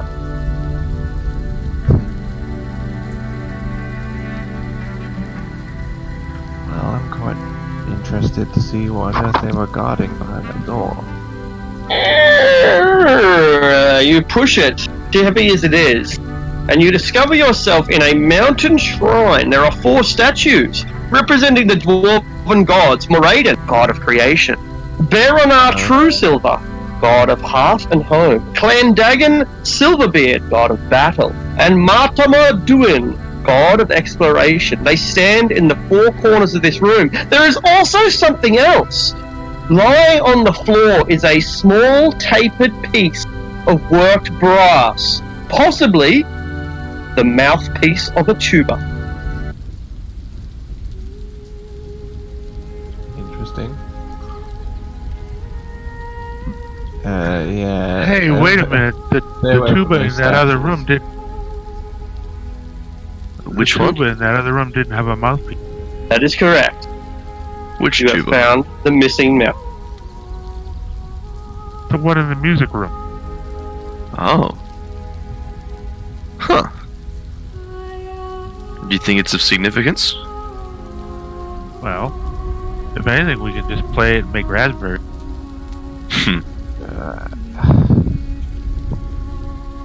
I want it. What's up, Adrastia? Reservations? She's just kind of, holding her head in her hands. Just the kind of company that she's keeping nowadays. Can I investigate the tuba mouthpiece? Yeah, absolutely. It looks like it would fit the brass tuba that you saw earlier, but apart from that, there's little to distinguish it from another. I try to play it.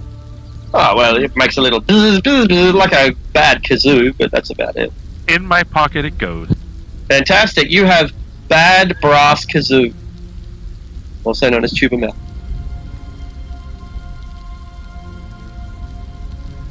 Right, well.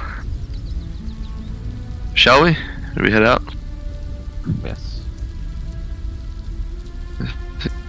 My curiosity is sated for now, the lost level. I'm sure we'll be back because of all these gates. But there's a door on your right. Don't you want to open it? Oh, the curiosity. Push the button. Push the button. It's locked on your side. Like it's easier to open from this side than it is from the other side. How can you not? See, like Sam's making for the tunnel he's walked out of, but then like eyeing the door off and just start like sweating. The bar. It looks so light. It looks like a fuck it. a featherweight bar. You open it up. Mage hands the bar up. Ding, ding, ding, ding. It opens up into a corridor that looks like it has suffered some amount of damage in the past. There are broken walls and the dirty footprints of a thick but short boot. This looks familiar. Isn't this the entry point? It would be. Yeah, if we go up here where the door We should- crashed, I think it'll bring us back up to the where we came in. I think so. Alright. Yeah, so I remember this place now. Before I proceed any further, Arctic, can I like pause for a moment and just like try and listen down, like listen from the north side, see if there's any distinct sound. Yeah, sure. Make a perception check. It's just a 3. It is as empty and as dead as a necromancer's heart. It's pretty quiet.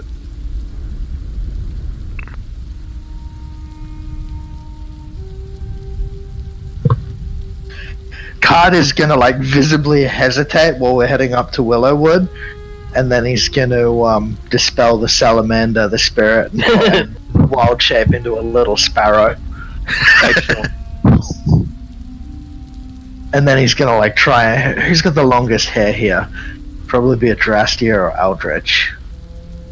Yeah, take your pick.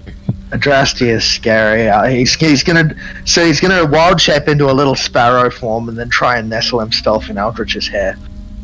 Make sure you smell it. Hey, back. Oh, is this? Oh well. This is where we came from, right? Sure is. Yeah, I was gonna say it's not just a dead end, because that, that would have sucked. So,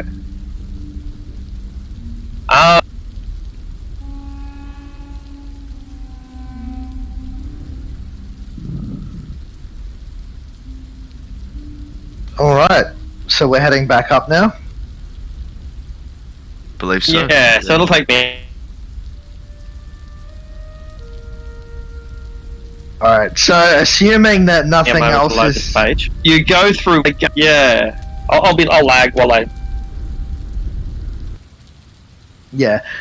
So we go through Willowwood. Yep, no problem. Yeah. No problem in Willowwood. That will take us directly to around the corner from the Goblin Market. Now I'm thinking Lucius will probably come down and meet them in the Goblin Market. Have you got sending spells yet left? He does, Lucius but left he's got his homunculus? Yeah, his homunculus. Oh, you got his homunculus. Yeah, cool. So Okay, I've got live tracker on them, so when they're almost there, I'll head down. You've got your own you've got your own syndicate machine. It's called a homunculus. Yeah, I feel like we discussed this at the end of last session where Manchun and Lucius are both spectating the party. It's like cheering on sports teams. Good call. Yeah, cool. So yeah, what I'm going to do is, so Lucius will meet them there, and he's going to have like non-detection and stuff on himself while sneaking down, and he'll come through Skullport. But because Zevram is currently wanted, what I'm going to suggest is that he goes down through Skullport with me, and we go up into the city, and I'll sneak him into the lab. All right. Yeah, that's a great idea. It's a great idea, but then I'll give you a little bit of more information because so here we are. We're in the Goblin Market. You might be incognito if you want to be. You probably don't need to be. I mean, you could kill all these people if you don't want them saying that you could just murder them all. Anyway, Lucius brings with him a copy of today's Waterdeep Wazoo.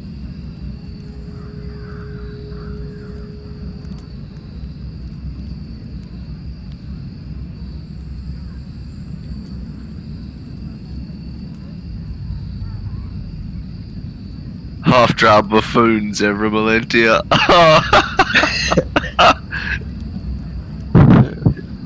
Dark elf crossbreed still at large. Hang it. Oh my god. I'm gonna post a photo, like a snapshot of that for Zevram.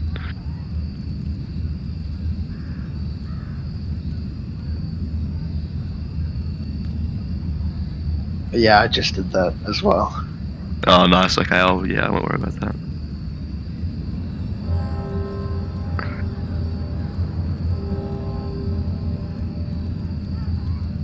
Dark elf crossbreed. Oh my god. Who's the dark elf crossbreed? Zevram. He's a half drow. So you're half burnt. How did you do that?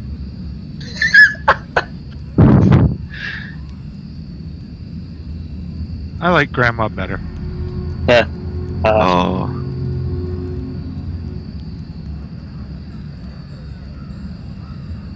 Let me just add that to the list of names that you're not allowed to call me anymore. Oh man, there's a lot going on, isn't there? Oh boy.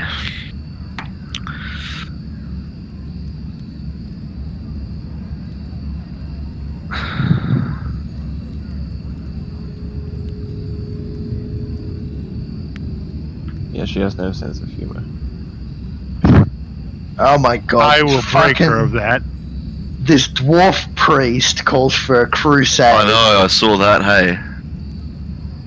Crusade into the golden market to reclaim the lost, what is effectively the lost level. And while we're meeting in the goblin market, I think it's time to suggest a full-scale migration from the goblin market to the Xanathar's old lair. Because I don't want our underlings getting wiped out. No. While Lucius is waiting for the party to arrive Arctic, I might have mentioned to the goblins that the Xanathar's old lair in Skullport is currently empty, and that it might be safer for them to move their market as a whole to there, because then they can get fish and stuff from the river, as well as be much more protected.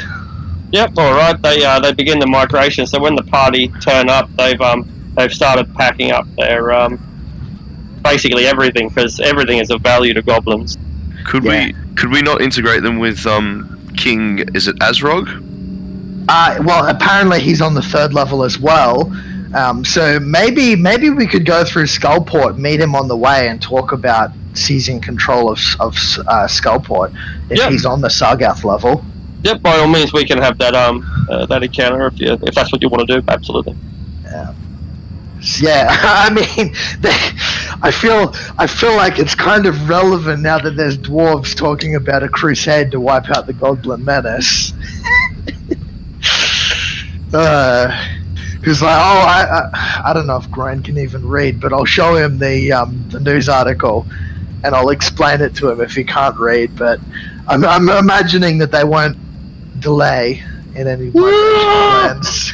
There's a bunch of dwarves called the Beardless Kings. I think they're all girls, and they've racked up over 100 kills between them. It's not funny. I suppose it's kind of funny. It's kind of funny. All right. Anyway, so I want everyone's thoughts here. What my plan was here is that we go, and I'll take Zevram back through the city through the sewers, since the Xanathar's lair goes into the sewers. I'll take him through the sewers and sneak him into our lab. Even Zevram himself won't know where that is, because I'll use our sneaky methods to get in with the Arcane Gate. So we do that, and then you guys come back up and go through the Yawning Portal, bloody yourselves up a bit, and maybe have it look like half the party's been wiped out fighting the Drow beneath the lost level, and make everyone think that the party's in a really weak state and isn't going to be able to do anything. Shall we maybe send a Drastia with you? Yeah, so Ariok is dead, obviously, so we can say Ariok's dead. snatched up by an Umber Hulk or whatever. Lucius has been in hiding for a while already, so he'll take Zevram and probably, Drastia. I'm thinking maybe you can say that the three of us got hit by some kind of nasty spell while in a battle with a drow priestess, so you don't know whether we're alive or not or where we are. And that way, even if someone uses magic to confirm that we're not dead, it doesn't mean that we might not be trapped in some plane somewhere else. Okay, sure. Does this mean I finally have a chance to use non-detection? Yeah, this is the point where we start to do really sneaky shit and act from the shadows, especially with those news articles. I think we need to make a move on Manchun and Zentarum. Yeah, and the Castellantes.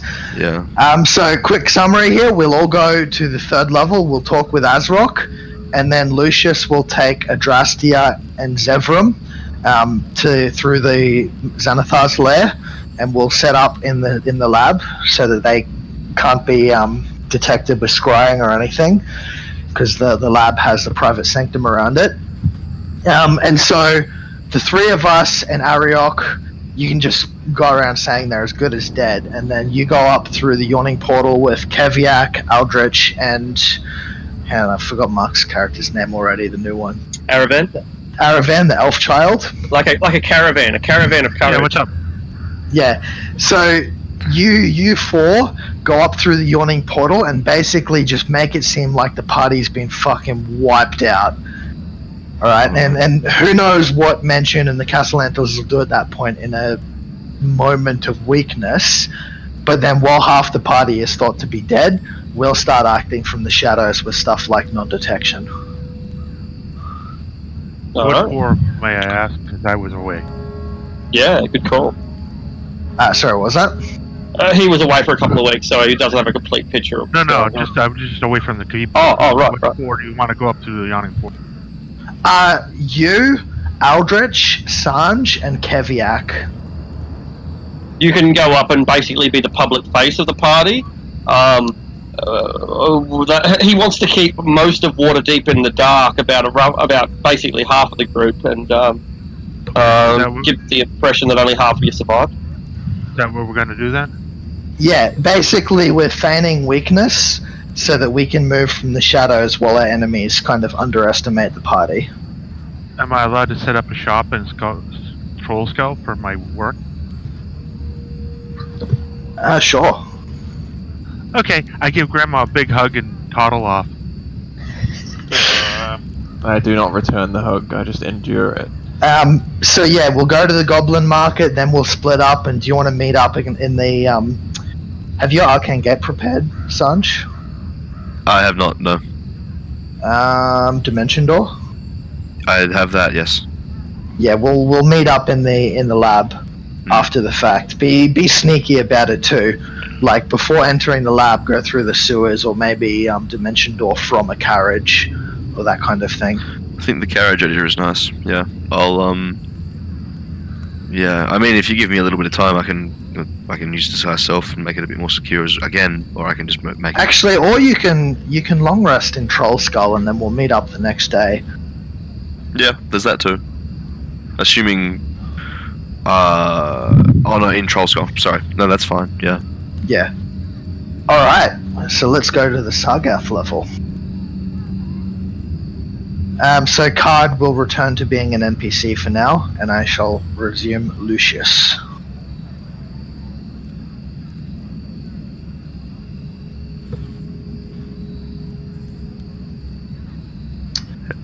How'd you shape up after you disappeared, Lucius? You left in quite a hurry. Sorry, I was on mute. Sorry. It's not for me, this delving deeper into the unknown aspect. I mean, if we find something interesting, I might come back down again, but I've got too much going on to be killed in some random ambush deep underground. Respect that. Very good. Besides, we've got other more important issues that would be left unattended were I to die. You're taking your goblin sorcerer with you when you meet Azrock, though. Is that right? That's what you're doing in Sargath level? Is that all yeah, correct? so Card can return to being an NPC for the time being until we come into Undermountain again, but Card is taking, because he's escorting that dwarf woman, he's bringing her to Azrock and we'll go with him. And you'll go with him? Yeah, cool. Yeah. Okay, so cool. So, yeah, without... you can play Card as well, if that's convenient for you. So it's a grand day. We don't need to go through the maps of Azrock's lair, and in a way it was always a waste of time. When I was designing it, I never bothered to put the goblins down on the map, because by that time you're going to slaughter individual goblins, and they're probably going to run away anyway. It doesn't matter. Anyway, so you got to mention, our party has been very friendly towards goblins. Good point. Good point. So, you discover this ragtag clan of goblins. They're fairly large. There's probably about 40 goblins, not including children. About half that number in hobgoblins, and about a quarter in bugbears. It's a fairly large clan, and as I recall, it's run by a hobgoblin called Azrock. Azrock. So Azrock was the son of a hobgoblin warlord. He was born blind. And ordinarily, being born blind would have meant that he got killed. They put him out for the wolves at best. But instead, his mother was a sorcerer, and she loved her child, and she refused to let fortune rob her of a son. And so instead, she crafted a special item for him, the Dagger of Blind Sight, and that let him see. He could always perceive, 60 feet within his surroundings. It made him quite formidable because he was effectively able to see the invisible as well. Anyway, he became a powerful soldier, powerful leader, and dominated his clan in time. Some even thought he was blessed by Maglubiet, the hobgoblin god of war. He wisely kept to the source of this power secret, but in his decline, after it was stolen from him, it kind of became an open secret. So, you return. What is the manner of your return? It's going to be glorious. You're moving through the passages, the winding tunnels. You see goblins that you've known all your life, hobgoblins that bullied you all your life, bugbears that stole from you and bashed you all your life, but they were still your clan, your people. They're still your brothers, cousins. What is your return like? Card is like... he visibly looks nervous, intimidated to a degree by these bugbears and hobgoblins, because he's like, there's a bit of trauma left over there, but at the same time, he's kind of trying to brave it all and act really smug and proud. He's got his chest puffed out, and he's holding Azrock's dagger of blindsight above his head while pushing the dwarven woman. It's like he's visibly nervous, but trying to imitate a kind of heroic return. Yeah. Good. The goblins are confused when they see you. You're coming with, humans and humanoids. It doesn't make sense, but you're bringing prey. They get the picture that this is a triumphant return, and they prepare for you. So the entire community becomes quite excited. The bugbears remain murderous, and they want to steal, and they're hideously jealous, but they still want to bathe in the glory nonetheless. The hobgoblins still think that you're a piece of shit and worthless, and you must have got lucky. But luck is its own kind of luck deserves honor of a sort anyway. So they acknowledge that your good luck is maybe a holy sign of some sort. The goblins, on the other hand, they just worship you. You're now clearly the second best goblin in the tribe. They put it to a vote. Vote is 100%. Second best goblin, yeah. They love you now. Yeah, he's just swelling up with pride at that. With the bugbears and the hobgoblins giving these kind of looks at him, he probably shrinks back a bit towards Keviak and Aldrich. Like, nah, you can't touch me anymore. But yeah, he'll probably once they actually reach Azrock, he'll kind of stutter a few words. Dagger, and then he'll kind of retreat to hiding behind everyone else because he's probably still incredibly intimidated by Azrock himself. Absolutely. So the party is approaching what must be the terminal of this cave system. You can hear the echoes are getting louder at this point, and you can see flames up ahead from campfires or torches or some such. And then, in the distance, in the direction that you're heading, there comes the sounds of violence, of combat, of bloodshed, of screaming and of battle and hissing and of spitting and ferocious activity. You as a group, with poor confused Card, not knowing what's going on and burdened by the corpse of this, or the body of the dwarf, what do you do? Probably Card's going to run forward to see what's going on. And what about everyone else who's with anyone who's with Card?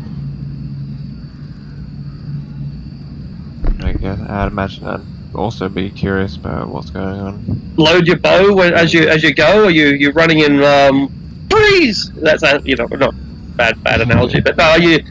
What's the sort of Well, are you just worried, or are you combat ready?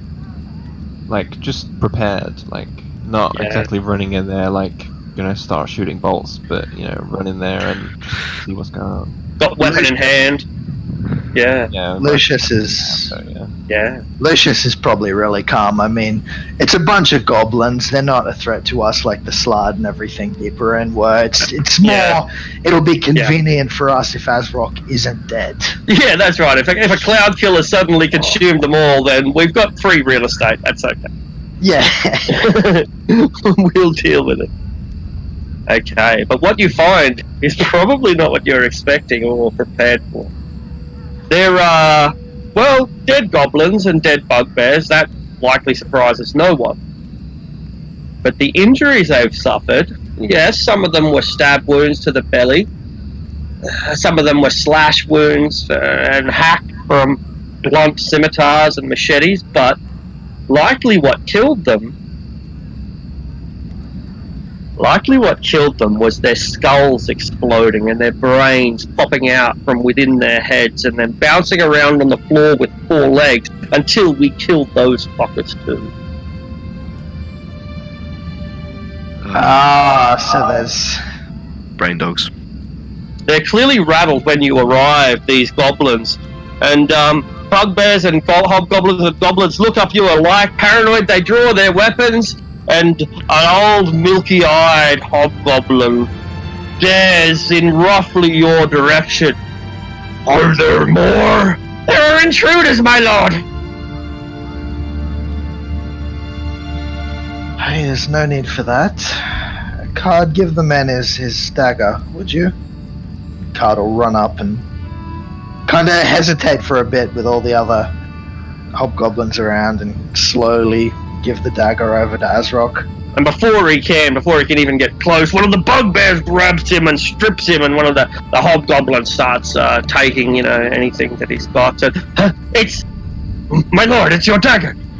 And he reaches out and touches it and feels it.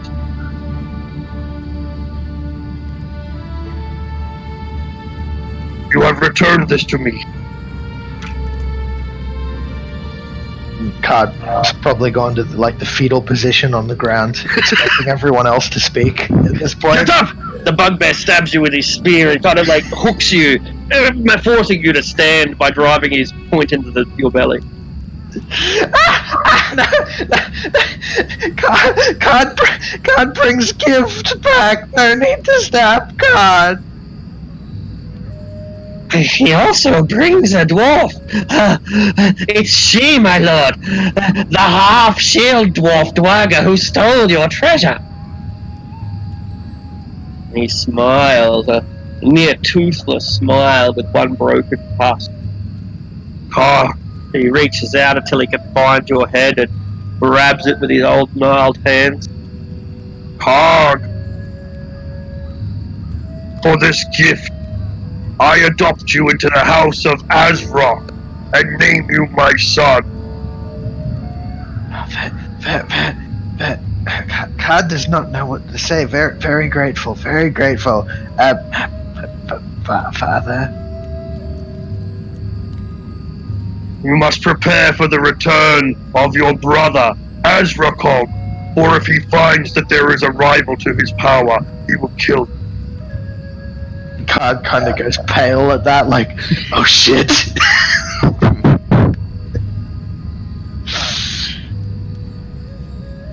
Who are these strangers that I smell? At this point, Lucius will kind of cough and stand forward and introduce himself. Greetings, Azrock. I'm Lucius M. Cathra, one of the Silver Cloaks. We've heard some deal about you, and I'm guessing you've probably heard about us at this point. Names confuse me. Are you one of the hidden lords of Waterdeep? The killers of the Zenithar. Ah, now I know who you are. And it seems that I am indebted to you on so many levels, for are you not also those who drove the drow of House of Rindar from the Sargouth River? Indeed, but that was just the beginning.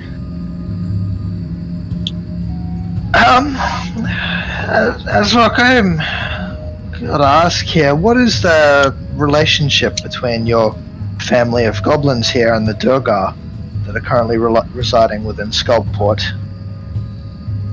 The Duergar, Iron Eyes, and they have infested this place. They have taken all that we have. There are a few fish in the river. My people are not safe to walk through these caverns. But worse, they stole my sacred holy gift. I have only hatred for the Duergar, and I wish that things could go back to the way they were. I liked it better during the spell plague. Very, very good. We've had a number of interactions with the Durgar in recent times and have discovered that they're supplying weapons and armor towards enemies of ours on the surface. So we intend to make moves upon removing them from Skullport somewhat permanently. I believe you'd have knowledge of the goblin markets on the level above this one? There is trading and interbreeding between our two clans. Yeah, we have a rather positive relationship with the goblins there, but with events on the surface recently, it's become rather risky, so we've decided to migrate them into Skullport. And we were wondering if your clan would be interested in some kind of deal here, removing the Durgar and the Drow permanently from Skullport, and returning it somewhat to how it used to be, and I'll look over at Adrastia to any further explanation. Yeah, I'll just basically explain that I've been a resident there for just probably nearly a century, maybe longer than that, like before the spell plague even, and that I remember the way that Skullport used to be, and that I'd like to rebuild the city to not just recapture its former glory, but to be even better than before. And having a goblin military presence would be quite ideal.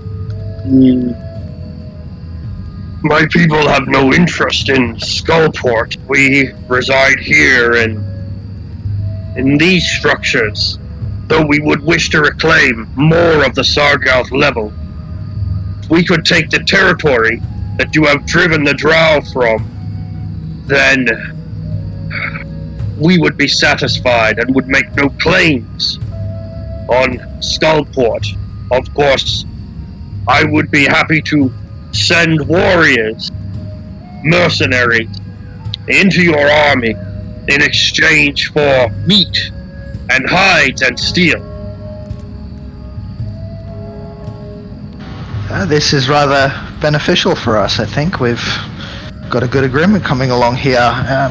your lack of ambition for the city itself is positive for us. I think we can have a rather harmonious relationship with you and your goblins inhabiting the majority of the Sargath level, and we'll allow Adrastia here to continue running Skullport itself and remove the interferences of House Olvrindar and these Duergar. We are not a mercantile people. We do not seek trade on a big scale. We do not wish to build shops or businesses. We only wish to dwell and honor our god, the god of war. We wish to continue our tribal practices here within Sargath. But we promise not to wage war on Waterdeep, for we are not so foolish. Very good. It does sound like we have come to an agreement. I feel that my sight is beginning to return. I can make out your shapes. Truly, this is a blessed day for Maglubiet, god of war. Is Maglubiet like a typical goblin god, or is it like some Hobgoblin? kind of Goblin, alright. Yeah, I'm pretty sure it's the Hobgoblin. It might be the Goblin god, but it's one of them. Yeah, I think it's. I'm just not familiar with the goblinoid gobs, and I'm like, hey, that name sounds a bit demonic. Just make sure it's a goblin god, and not like some demon prince. Yeah, it's a Goblin one. Yeah, it's not the. I don't think it's the Hobgoblin. I think it's the Goblin, which is like kind of nasty because it'd be like a neutral evil god of trickery and not really war, really. But oh well. I mean, they're living in the Underdark. There's not many Underdark deities that are. I mean, Alestria went to the surface for good reasons. Yeah, and even fewer good goblin deities, probably a grand total of 0. Because, like, the idea that you could get enough goblins to worship a goblin god of good sounds unlikely. Yeah. Yeah, you've probably got like some halfling or gnomish god that's like, yeah, I'll take in the good goblins. Yeah, that's right. I'll put on a goblin mask and, I can do the goblin dance every now and then. Yeah. So yeah, we'll get Adrastia to hammer out a specific deal with them, but his wife, he has a few wives, but one of his wives, his chief captain, turns out to be an extremely good and shrewd negotiator. So while Azrock is a wise warlord, his chief wife, whose name is Lurkana, his chief wife Lurkana is an able statesman for a goblin, at least. All right. So while Adrastia is negotiating with Azrock and his wife, I'm going to send my homunculus to have a peek at Skullport, since we're on Sargath anyway. I want to get an idea of how many Duergar are left, because we wiped out a lot of them down in the Lost Level. Doesn't seem to have made a difference. And they don't also seem to have noticed that anyone's gone. The Duergar are partying hard. They are living it up. In fact, Skullport has never looked this good, at least not in 100 years. Skullport is currently flooded with luxury goods from the surface. You can pretty much get what you want in Skullport right now because there is just so much money. Like, people are paying 10, 15, 20 times the value of stuff because they're so loaded with cash. And people are willing to make the difficult journey from Skullport up to Waterdeep just to bring back a couple of bottles of perfume or some wine or cigars or, slaves.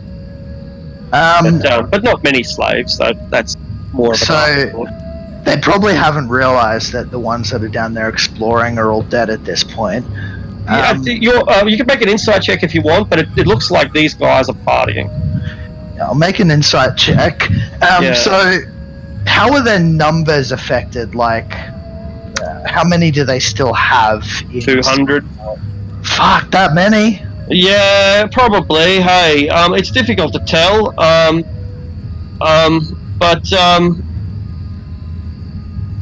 Yeah, probably. I still got a pretty big force, hey. That expeditionary force, it's notable that Skella wasn't in Skullport when we went there, so while you might be accounting for her force taking out like 10% of the population, they might not have been there in the first place, so,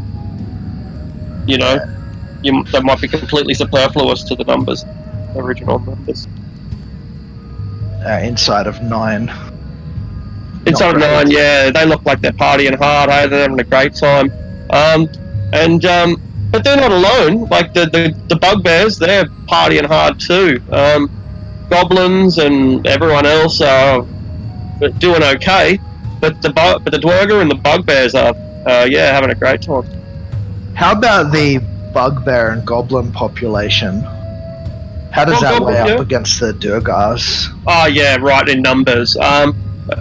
Bugbears probably equal about 100, and goblins it's hard to tell because they're fucking cockroaches. It looks like 100, which means it's probably 500. We'll ask Azrock kind of how many of them are connected to his tribe and how many of them are just like freeloaders that won't listen to him. Oh, very few. Like Azrock and his tribe, like they've bled a lot of numbers recently. So again, it's a bit hard to tell because they might be old Azrock supporters and maybe they'll come back now that we're on Resurgency. Maybe they won't believe it. But what I'm trying to say is that if you live with Azrock, it's because you choose to live this relatively stoic life. It's easier to be a goblin in the goblin market or Skullport if you're willing to be somebody else's bitch. But if you want to, get in touch with your goblin roots, if you want to, eat mushrooms and fish and be cruel, then come and live with Azrock. Alright, so it seems like it'll be very messy if we try to take the Durgar as it is. I mean, oh yeah, it's even, and that's assuming that the goblins flock to your side, which is a hell of an assumption. I mean, we could technically like conjure a heap of shit and just get them drunk and do it like that. But I'm thinking it might be better if So I'm thinking Keviak could take about 15. So anyway, I'm thinking what we do is so we move the goblin market into the Xanathar's lair. And we'll get them to have their presence spread out across Skullport. Like, the Xanathar's lair will be their fortress. Because there's not many entrances. Lucius and Sanj can kind of glyph it so that if any Durgar or anything try and break in, it'll be a bad idea. But with all the goblins living in there, they can then set up shop in Skullport because the Xanathar's lair connects to Skullport. The first thing you notice is that there's too much room. Like, you move your 200 or so goblins that are either in the goblin market or associated with it, they hunt for it or fish for it or whatever. You move these citizens into the Xanathar's lair and you've only taken up a quarter of the space. This place is huge. It's got its own arena. It's got like lairs for bosses and for underbosses, and it's huge. So yeah, you've stocked. Your dungeon is 25% full. You can add another 75% monsters to your dungeon master quest.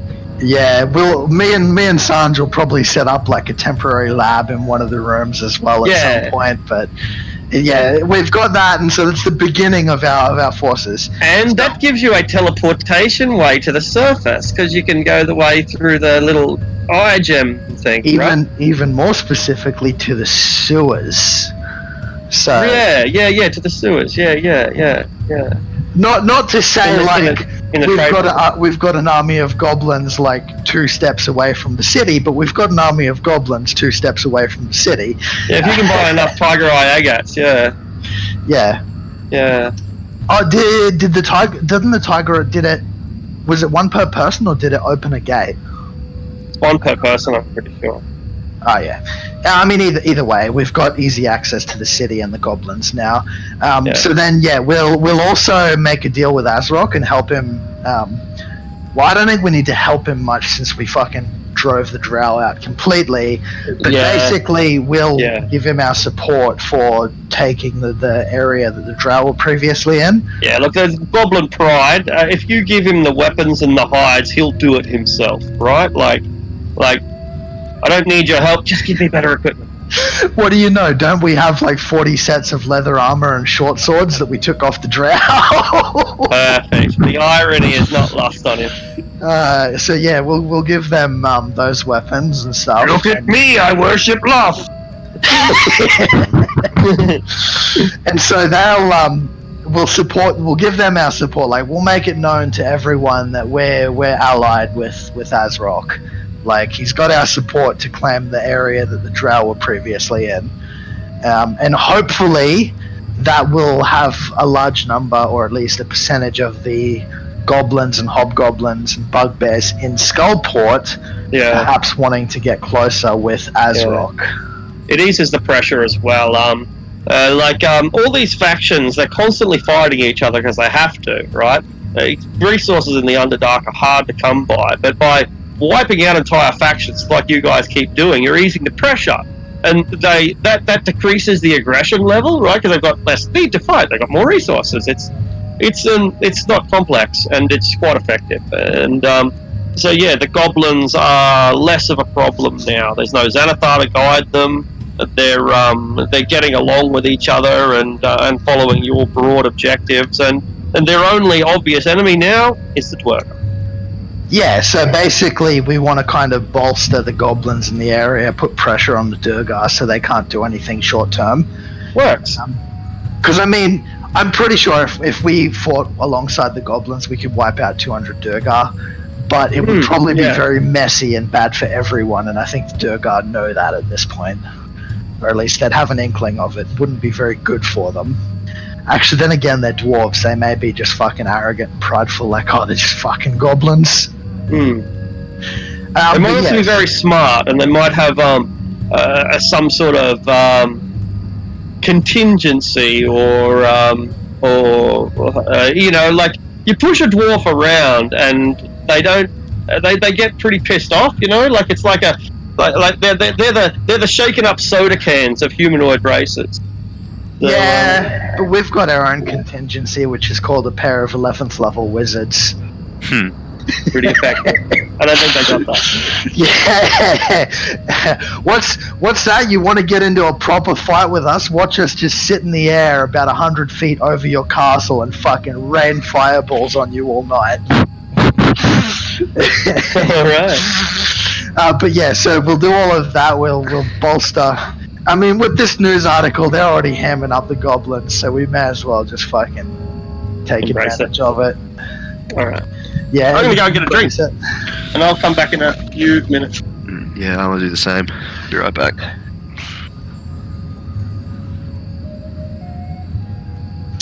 Well, Adrastir, I think we've been backed into a corner, and we're going more and more in the direction that you wanted. What was that? With the whole happenings of the Mass Lords and all that. Oh yeah. Because with them like declaring that the goblins are moving on the city and all this stuff, like Manshun and the Castellantis are clearly working towards overthrowing Laeral, making her look like a tyrant and all that. And it's like, okay, I mean, if the political system's going to work against us, we don't have to work for the political system. You're referring to my original idea way back when I said I should just become the new Xanathar and rebuild the guild. I'm referring to, as much as Lucius absolutely hated it when you said it, your statement of "we're not asking" has kind of come true. I said I'm not asking, but yeah, I get what you mean. Like, yeah, we're gonna do it whether they allow it or not. Now's the part of the campaign where we get into the fucking trickery and shit. Like, yeah, it should be fun. Like head-on fights are, entertaining and all, but subterfuge is also quite entertaining. Yeah, well, it's not just going to be subterfuge, it's probably going to be fucking assassination at this point as well. Because, I mean, me, you, Zevram probably have the highest capability of subterfuge, sneakiness. Sanj is up there as well because he's a wizard and he can easily use the same spells I can. So we've got a lot of options, especially if the enemy think that we're dead. Yeah, and I can finally make use of that non-detection spell I have, so I can leave the bubble that you're going to make in order to scout around and do things. Yeah. Yeah, I mean, Arctic's probably gonna hate me, but I've got pretty much a foolproof way of avoiding detection at this point because we're such high level. I can combo Alter Self, Non-Detection, and Nimstal's Magic Aura. So Alter Self will make it so that it changes my physical appearance. It's not an illusion, so you can't see through it with true sight. Non-Detection will make it that I cannot be detected by divination magic of any sort. Nimstal's Magic Aura will mean that if someone looks at me with Detect Magic, it won't detect anything. They'll just see a normal person, so they won't be able to work out that I'm under the effects of Alter Self magic. And I've got the Ring of Mind Shielding, which means people can't read my thoughts with magic or detect if I'm telling the truth or not. Well, then, Jesus. You're listening to a completely different person. Yeah, I can make myself into a completely different person, and it is... Unless I am standing face to face with like a god, a literal deity, or something of that power level, I believe it's probably impossible to work out or see Or it's through. the random lucky dispel magic that that someone drops on you. Yeah, but I mean that requires someone to hit me with a dispel magic when they can't see any magic on me. Well, yeah, exactly. That's the thing. It's like the chances of it happening are so slim. Yeah. It's good.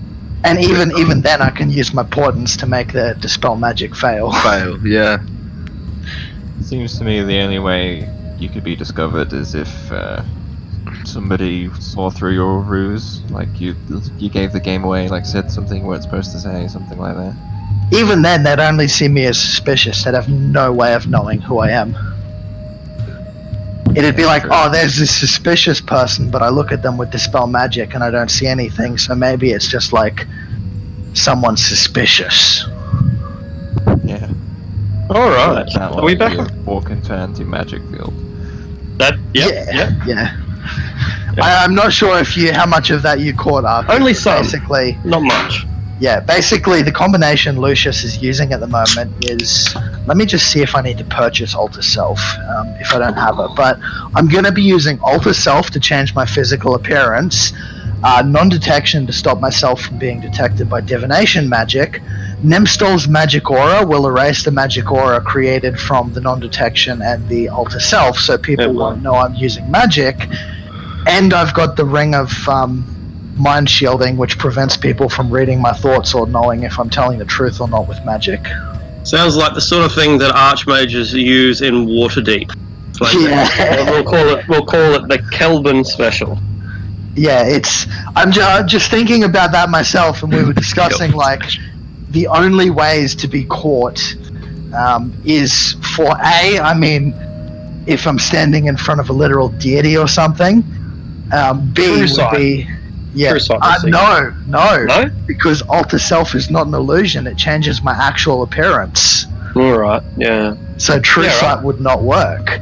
I would have to be targeted by a Dispel Magic, but who would cast Dispel Magic on someone who does not have an aura of magic around them? Or I would have to walk into an anti-magic sphere. I think that's, pretty much it. Yeah. I actually got the idea from one of the Waterdeep novels because Vadra kind of does something similar. Oh, right, so I was right when I called it the Kelvin special. I was fucking dead on. Well, can you guess what she does it for? Being a spy? No. She does all this disguising stuff so she can go get laid in the dock ward. Okay. Yeah. Ed Greenwood, man. He loves the pussy. Yes, he does. This archmage is going to go out of her way to hide her identity so no one can figure out what she is, just so she can go fuck a sailor in a dock ward. I was like, okay. I mean, if you're a mage, then whatever. Alright. I mean, there's a lot of people haven't taken into consideration how fucked up some of the shit you can do with Alter Self is, considering you can change your gender. There was an adventure in the 3rd edition. The Temple of what was it called? The Book of Despicable Darkness, or anyway, it was a legendary 3rd edition module. It was based off a legendary magic item, an artifact. The Book of Elemental Darkness. Book of Vile Darkness. That's it. Yeah. And when the Book of Vile Darkness came out, Dungeon Magazine did a Book of Vile Darkness special adventure. And it was a sealed section, as I'm pretty sure it's the only sealed section Dungeon's ever done. And I can't remember most of the adventure. It was bad. I can't remember most of the adventure, but one of the scenes took place in a brothel in like the Abyss or somewhere, right? And I thought it was stupid back then. I still think it's stupid now. In the brothel, for some reason, the managers of the brothel haven't stocked it with prostitutes. They've stocked it with 9-headed fiendish hydras that they've polymorphed into compliant prostitutes. And like I think the whole right? And I specifically remember it saying something like these hydras, they're pretty fucking confused by all of this. They're like it doesn't actually say it, but it's like these hydras don't really know what's happening when they're getting raped every day all the time, but it kind of psychologically fucks them up a little bit. And anyway, as far as I can tell, the whole shtick, the whole reason for doing it is so that, okay, so you're a party member, you're in this fucking brothel, you cast Detect Magic, you detect transmutation magic. Hang on, my hooker's not what she seems. I'm gonna cast Dispel Magic on this thing. Oh god. Oh my god. That's yeah. I don't really remember anything else about the adventure apart from that. I mean, that really does symbolize the chaos of the Abyss, though. Yeah. So a trick for you guys to add to your little bag of tricks. Alright, are we on the surface? I mean, we did just detect a lake full of hydras down in the Underdark there. They were big hydras. Are we on the surface? So yeah, what we're doing is I'm taking Zevram, Adrastia, and we're going to the lab, and then the other 4 are going to go up through the yawning portal and act like the party's been half murdered. So Sanj, where are you? I'm going through the yawning portal. Roll a D100. No, sorry, D73. A D73? Yeah. Sure. There you go. 46. Alright, so you come up through the yawning portal, and who was it coming? Sorry, I've lost it again. Who's coming up through the yawning portal? Sanj, Keviak, Aldrich, and Aravan. Good. Aldrich. So you guys come up through the yawning portal, you give your coin, Bonnie offers you a beer, and Dernan makes sure that you pay for it. But when you get to the top of the bucket,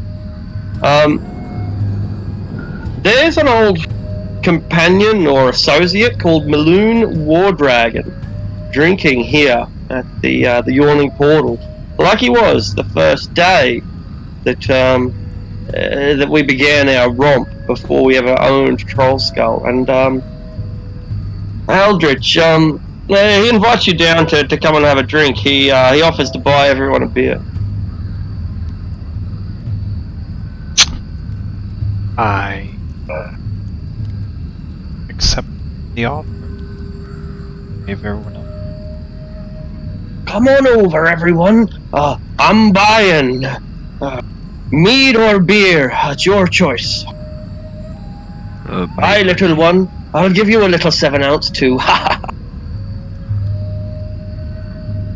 Little middy. A mead, please. That'd be nice. Oh, wonderful. Oh. See, you just came down from the Underdark, did you? What'd you see down in Undermountain? Oh, it was terrible.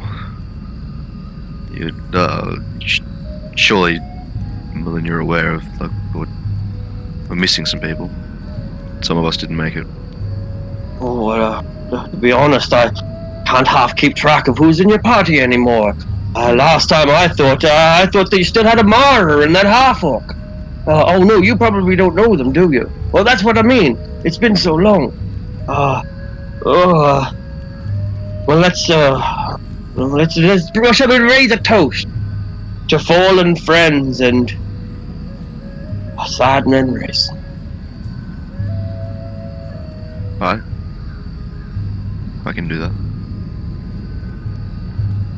As he drinks from the heady beer and wipes the froth away from a bristling moustache. Doesn't look like he's growing a beard and moustache, it's just rather that it has grown. It's one of those beards. And he wipes the froth off the upper lip and says, I've got no intention of going back down there. I half remember what it was like now. Before you met me, you see, you probably wouldn't want to hear an old man whinging about bad times. Let's not talk about it. Let's talk about something happy. Let's sing a song. I know a song. Oh, let's sing, oh, what a deep winter, freezing over the harbor. Come on, you know this one. Right, no songs, just, my memories, they're coming back. You can talk about it if you want to, Malone. I was defeated. I remember now. We lost. Can't remember where we were. Muriel's fucking gauntlet or bloody somewhere. Troglodyte caves or some such. I can't remember where we were. What was that name? They got us.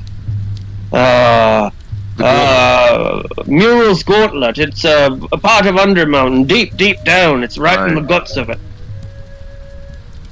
I think we got that far. I can't remember. There were stone giants and some great great lake. I can't remember, but I do remember a laboratory. No, a hospital.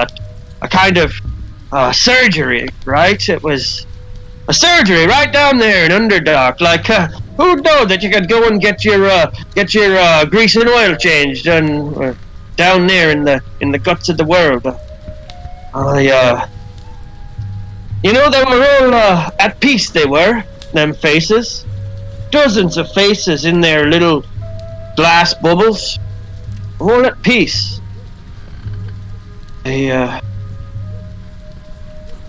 got jumped recently. I did, out in the field ward. A couple of fucking bugbears, 4 of the bastards, thought they could take me because I was drunk. Cracked their skulls together. You know what happened? Frickin' brain jumped out. Had legs, it did. So I poked it. They're still out there. Them brain dogs, they're still a threat. Of course. And where did that happen? Where did you say that was? Was it the field ward? Aye, the bloody field ward. Right.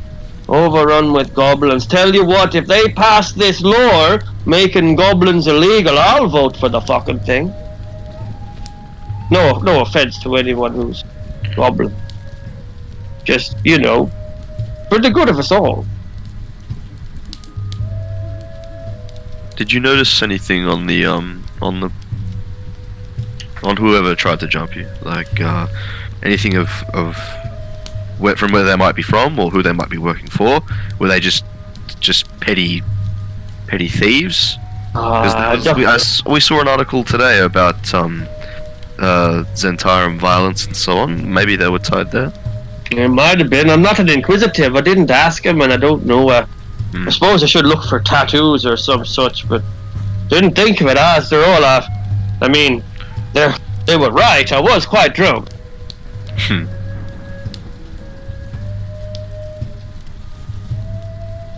And how has Waterdeep been? Oh, it's all right. I ran into Vadra the other day. Over down by the trade ward. Yeah, I was getting a new pair of shoes, and she was out buying perfume or knickers or some such. I don't know. I talked for a while, but she seemed pretty busy. Didn't really want to talk. It's awful lonely in a big city like this sometimes.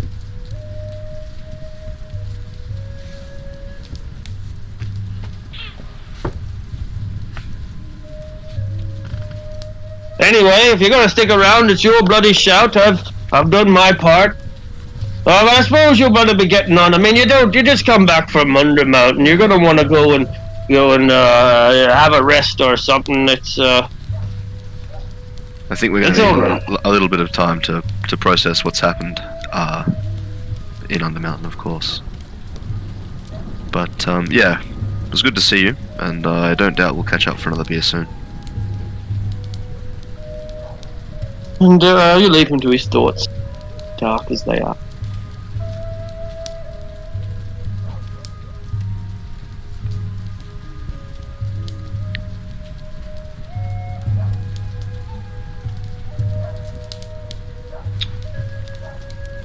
You're back on the surface.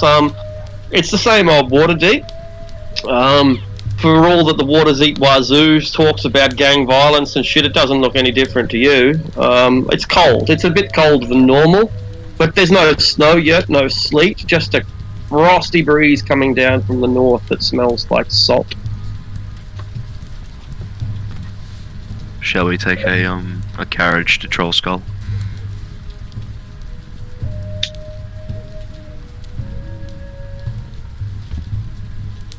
Actually, that reminds me, Aravan, have you been to the surface before? Because we found you in the Lost Land. Never.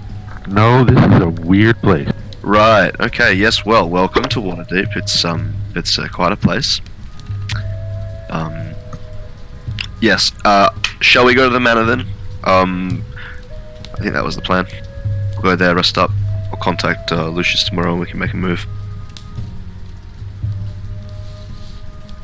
Probably not up to date in terms of people.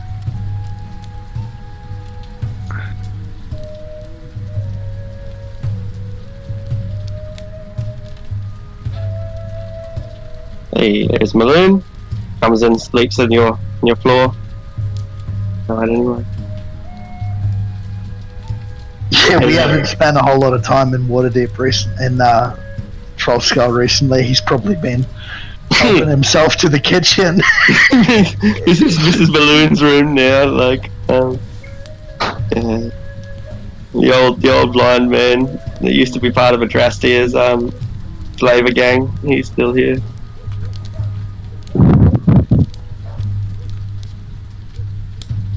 Is he blind anymore? I thought we cursed on him or something. Yeah, I'm pretty sure we cured it.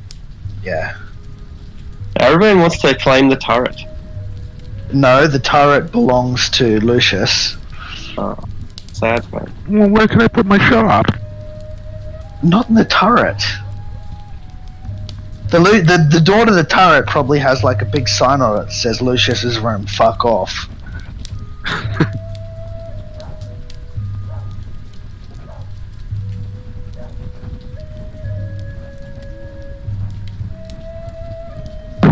Ignore the sign that you're in peril as a glyph of death is activated.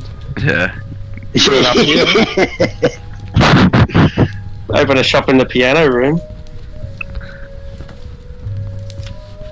I mean, it's possible.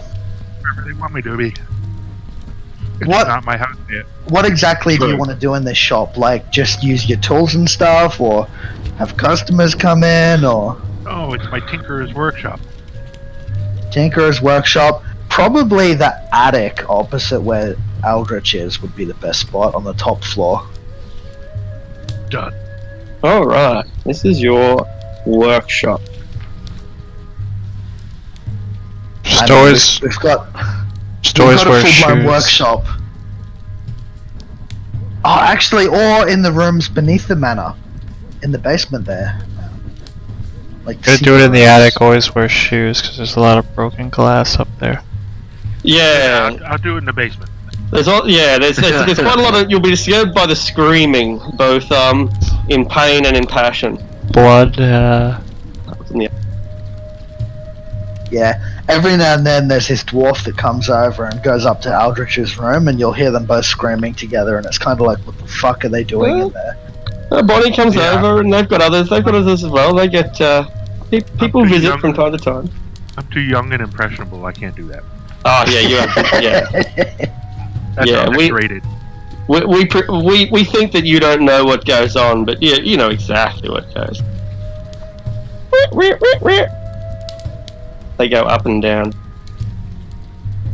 Alright, and no matter what you do not touch the heart that's on the pedestal in the middle of the library. Oh god, yeah, please. Don't touch it. What is it? It's called the Withered Tiefling Hut. If you attune to it, your heart and it swap places. I forgot that we put that on a podium in the center of the library as like bait. Yeah, it's pretty crazy, hey. Pretty gnarly item. But yeah, don't touch it. Very dangerous.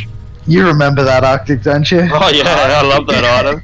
It's actually my favourite Undermountain item so far. Yeah, that we were like, oh, that's what this does. Let's put it on display in the middle of the library in case anyone breaks in. Someone steals it. All right. So I think we're going for the long rest, and then we're making contact tomorrow. Yeah, we're gonna meet up in the lab tomorrow. Yeah. All right. Can I have some money? I mean, yeah. I need to go shopping. Do it tomorrow. No. All right, I'll do it tomorrow. Alright, Adrastia, roll a D100 as you wake up on a frosty morning in Marpenoth, coming into winter. So I'll mark that down. We are moving to Marpenoth 8th. Good. Have you got that jewel encrusted dagger in the lab, or is that in the manor? That's in the lab. Okay, cool. Because I'm gonna prep that spell for today. Yeah. Interesting news in the newspaper today. Waterdeep Wazoo delivers some interesting news. Apparently, there's a political shift within the Obold clan, the largest clan of orcs towards the north, up the spine of the world. One Hrafnar the Half-Orc has risen to become one of the chieftains of the Obold clan.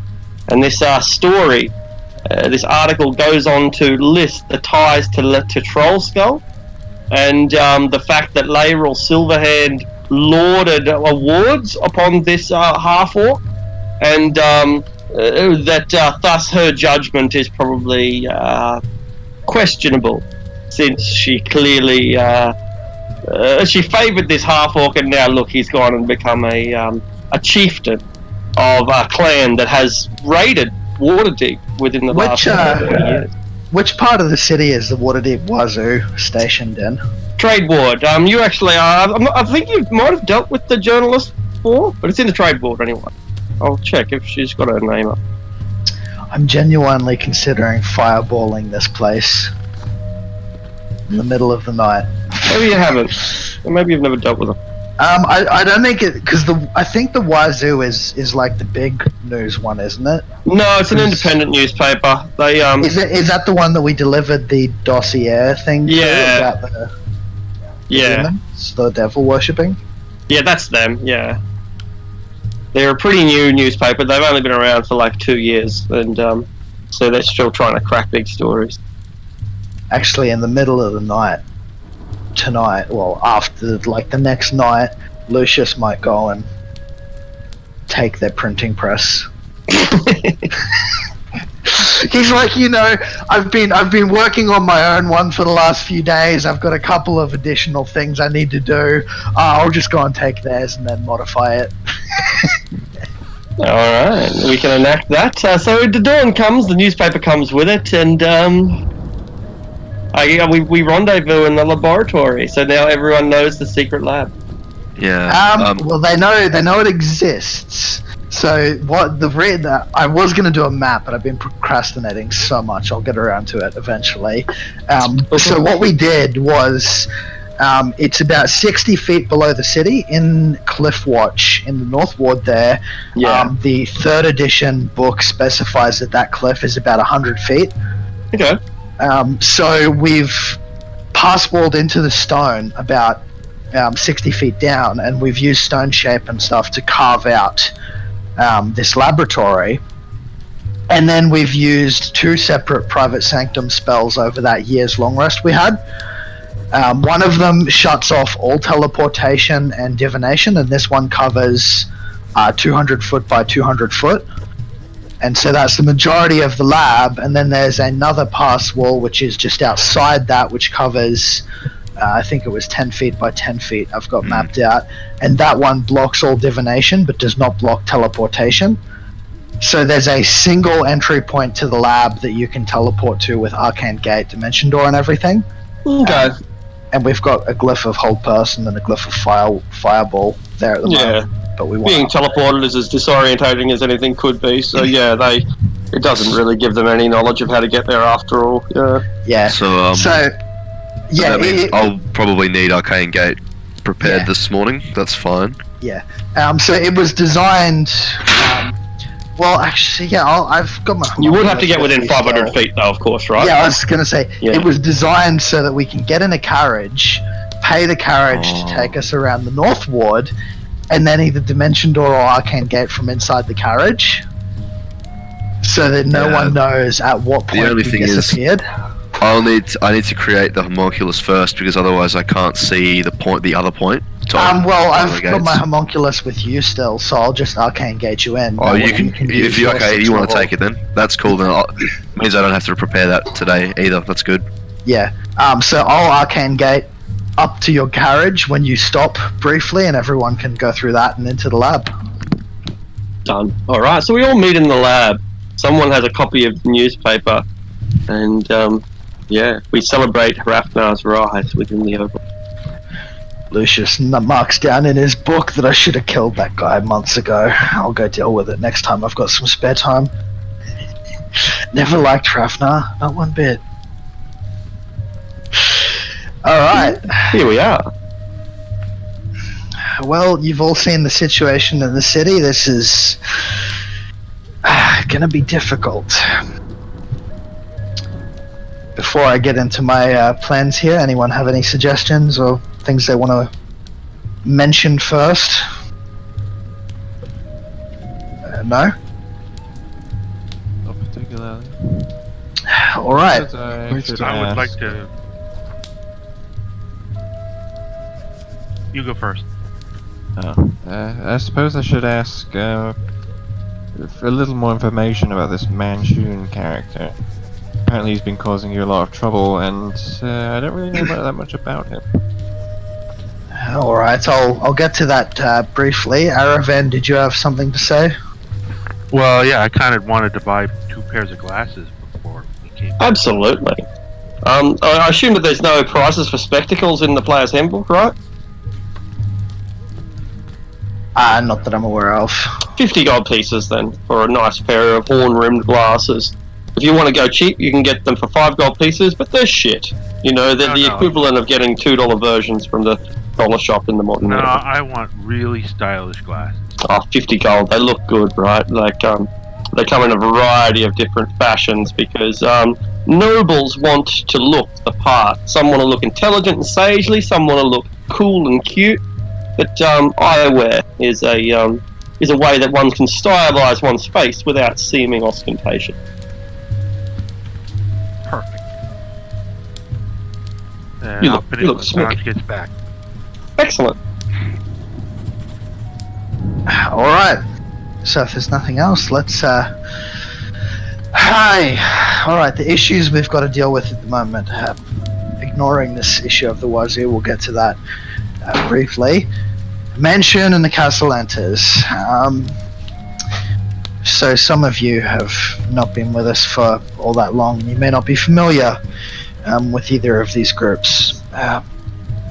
They're They have detailed history with myself, Zevram, and Aldrich in particular. You probably know at this point that we made a small fortune after discovering Dagolt Neverember's embezzled hoard of gold dragons. It was about 500,000 coins, and we got to keep about a quarter of that.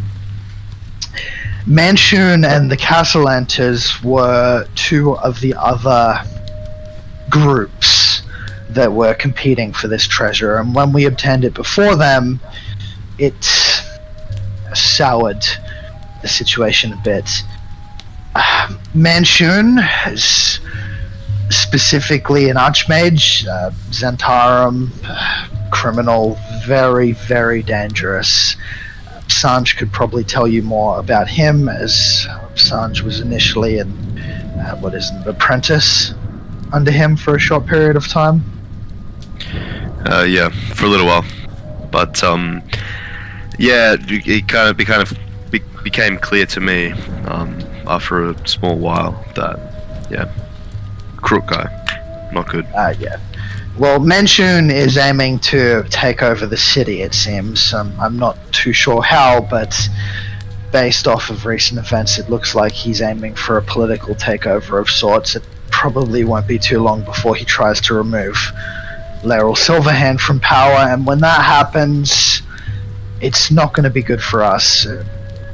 His goal of taking over the city will directly clash with yours, Adrastir, of taking over Skullport. Well, his next move would probably be to send the Zentarum back into Skullport. Well, if that's the case, then your problem just became my problem. Indeed, it's a large problem in itself. It's additionally, there is a magic item that he stole from us, which we would like to see returned, the Stone of Galore, but that's a whole other can of worms. As for the Castellantes, their exact goals are somewhat unknown to us at this point. We do know that Victoro is the cardinal of the cult of Asmodeus. He's also a masked lord, and alongside Manchun was responsible for the slavery happening in the Temple of Leviatar up until Aldrich took control. I'd say... I mean, I'm suspicious of devil worshippers, but I believe they may be more dangerous than Manchun if left alone. Manchun seeks power, devil worshippers seek all kinds of evil. My point being is that we're... go on. Oh, nothing. I was just wondering if I've ever dealt with them indirectly before, considering my previous line of work. Manchun? Oh, I didn't mention my previous line of work, did I? Better I don't. Moving on. I think Adrastia meant the Castellantes and their involvement in the slavery. Like, would Adrastia have been familiar with them at all at any point, even if you can make a You can make a history check, Yeah, I basically said I wonder if I've dealt with them indirectly.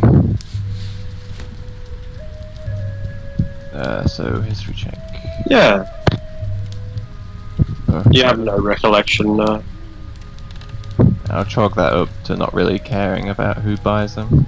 Yeah, and well, that's right. And the chain is long too, right? Like the people who catch them and who sell them and who trade them and who ship them and who buy them.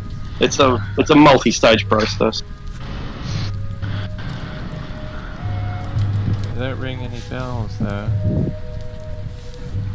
Alright, well, either way, we've made enemies of both of these groups, and considering they appear to be working together, it's best for us to deal with them. As to how we're going to deal with them. Yeah, where do we begin? The Castellantes are probably the go-to starting point. They're much easier to deal with, I'd say, than Manchun. There's that feast coming up. It is, but what would we be able to do? Publicly shame them? bring to light their involvement in the alliance that was below the surface between the Drow and the previous Leviatarian High Priest or Priestess. Bring that to that, because I'm pretty sure we still have that, or we left it with the black stuff. Maybe. Yeah, we left it with the black stuff, but nothing's come from it, so I'm not too sure. How would we reveal them? I mean, our option is some kind of espionage, and I'm not sure how we would do that. Or we can directly attack in the dark of the night and, well, put an end to them once and for all. I feel as though a frontal assault is then reflected poorly on us by, like we just all of a sudden we're attacking the Castellanta's villa or wherever they reside. Well, the intention is not to get caught, obviously. I just mean that a surgical strike of sorts to remove them from the premises before anyone's even aware of what's going on.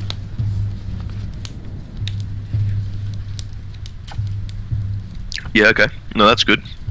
If we can get in and out without being caught, then sure.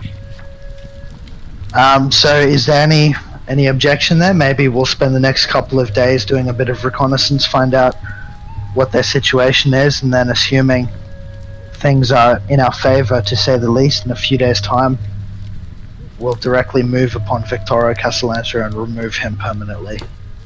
Sure. Sounds good to me. Alright, Keviak, Aldrich, do either of you have an opinion on this? Not particularly. Keviak's not exactly the planning sort, and personally I think it's fine. Aldrich? So the plan is an assassination? Yeah. Okay. I'm trying to think of a way that we can prevent him from being resurrected. Turn into a pile of ash. Disintegrates pretty effective. I mean, they are wealthy. I don't know whether they've got 25,000 gold on hand. The other thing is, well, actually, what if? Would there be anyone in the city that can cast True Resurrection? Is having the gold enough, or is it a bit more difficult than that? True. Yeah. I don't know a way to answer this question except to say that there's always a way if you've got the contacts and the resources and the means. See, a Cardinal of Asmodeus can make deals, right? Yeah. Yeah. What if? Well, hey, I don't know much about high-level magic. Certainly not as much as you two wizards, but I'm sure I spotted Sanj use a rather devious spell that captured the soul of an unfortunate Durgar. Could you not capture his soul? I could, but not indefinitely. Oh, that's... This might be a bit dark, but Sanj in particular, have you heard of a method to perhaps destroy a soul once it's been captured? I'll also ponder whether I've read anything about this Arctic, if possible. I didn't. I was in a private message. So you're talking about destroying the soul, what, through consumption or something? Well, just wondering if me or Sanj have ever heard of a method of destroying a soul, because he can capture it with Soul Cage. Is there a way to destroy it once it's been captured? Oh yeah, make a history check. Yeah, souls can be destroyed. History or Arcana, or just history? Yeah, Arcana's good. Arcana works, doesn't using Soul Cage destroy it because you're consuming it, gaining knowledge? No, think of it as you're kind of wringing it out like a sponge. So you get the all of the liquid, if you will, but there's still a soul there. Doesn't destroy it. Yeah. A 26. Yeah, I don't know in game because this is 5th edition and the information I give you is probably going to be outdated. But there are ways. Certainly there were ways before the spell plague. You can say that with some certainty. So maybe if you could get a pre-spell plague spell book, particularly if you could go to, say, a Netherese ruin and get the Netherese level magic, it might not work. You might have to take the soul to another plane where 10th level magic does work. Look, it's difficult, there's no doubt about it, and the more powerful the soul, the more difficult it becomes. It might be more easy not to destroy the soul, but rather to convert it, to trap it, and then to pass it on to someone else, to find someone who deals in souls, because a soul of such potency would, be worth an infinite amount, or at least a very large amount anyway. So there are ways of doing it. For example, I'll give you one example. There are such things called demon engines that are down in the abyss fighting in the blood war, where the demons and the devils wage eternal warfare against each other. And these demon engines, they function almost exclusively on the energy of souls. And those souls don't come back from that experience. That's one way for a soul to be permanently, utterly, totally annihilated, is to feed it into a demon engine. Alright, so I've had two thoughts here. One is the mention of Netherese.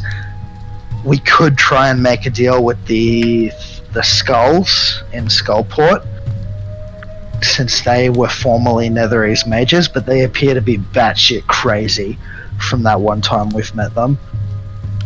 Alternatively, and hear me out here, this is something that is... I hope this is going where I think it's going. Well, I mean, we could capture his soul, conjure a demon, and be like, this is the soul of a cardinal of Asmodeus. I thought you were going to say, remember that nice archmage that we met while we were walking along the road and he gave us all presents? Yeah, but I mean, in character, we don't know who he is. We don't know he's a Netherese Lich King. Out of character, we know it, but in character, we don't. So it's like, that's the first thought I had, but then I was like, we don't really know that in character. Oh, well. Yeah. Would I know anything about the demon engine? Sure, make a history check. You're extra planar. Apparently, you know a lot. Demon engines, well, what can be said about them? They're magical technology that runs on souls. They're horrendous things because, they don't use any conventional engineering, but rather the consumption of souls to give like a near limitless form of power. And they're mostly used in a thing called the Blood War, which is an eternal battle between demons and devils in the lower plane. Anything more you want to know? Could I make one with our two wizards? Yes, you could. And if you'd known that we needed one, you probably could have gone to some effort to capture a demon to fuel the demon engine, because that's the way they work. It's like this is not a perfect analogy, but we'll give you one. Okay, let's start with a leaf mulcher. That's a machine we can all understand. It all grinds up twigs and leaves. This is the sort of thing that someone in the Forgotten Realms might find useful. Okay, leaf mulcher.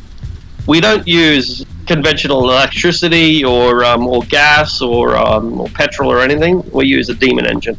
So the motoring is pretty similar. It's still got blades and it still probably has chains and gears and stuff. But in the place of a battery or a fuel system, it has typically a gem, a really powerful gem in some kind of lead casing. And within that gem is a bound demon, right?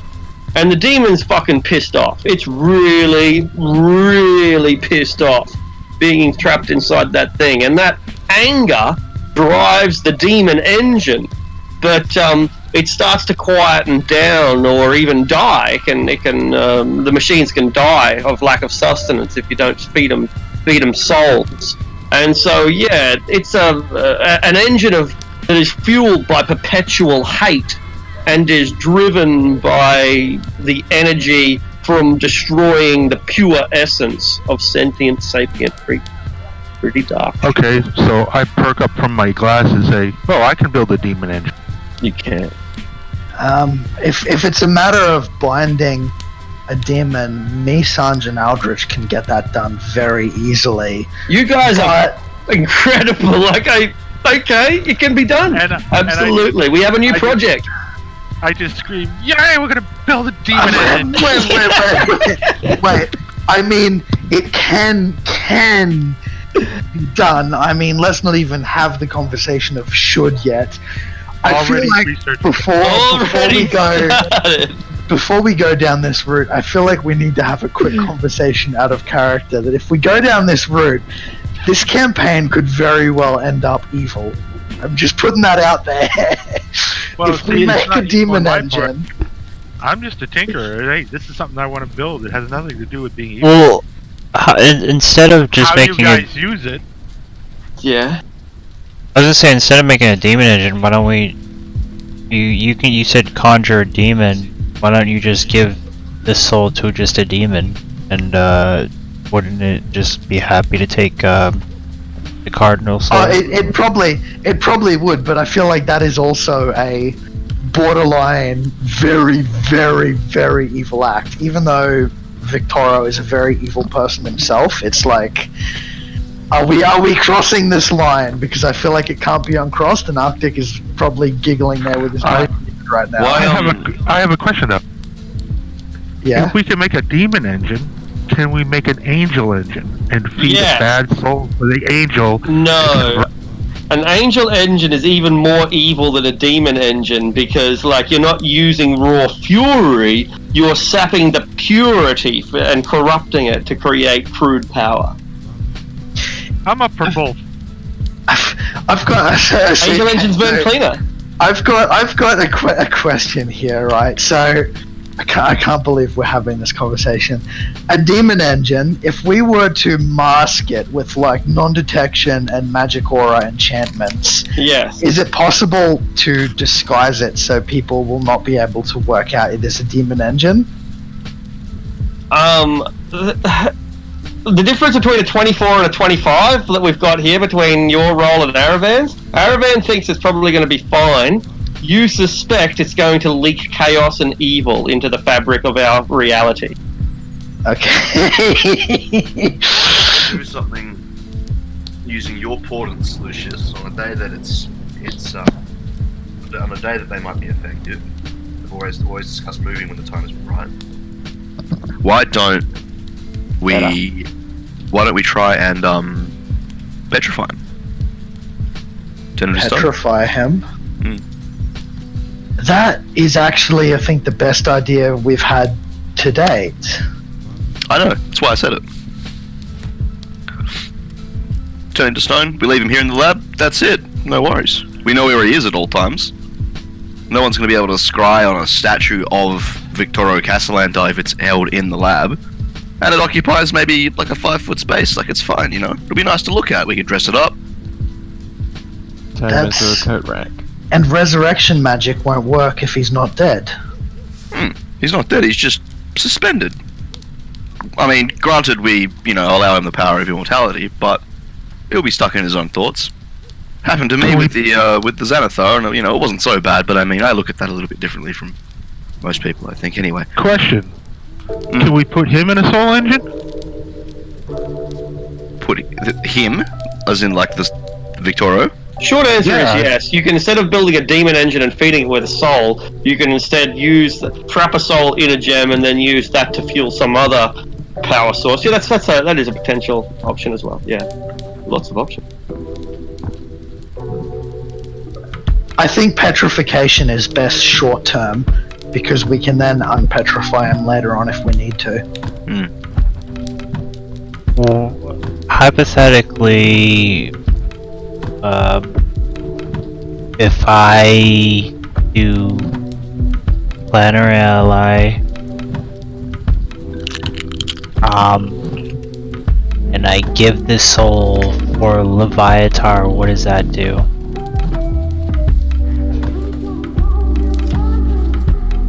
What do you mean, like a ritual sacrifice? Basically, yeah, I'm giving or sacrificing the soul to Leviatar. So instead of going to Osmodius when it dies or whatever, it goes to Leviatar, or it's out of the Castellanters and the demon worshippers' reach, right?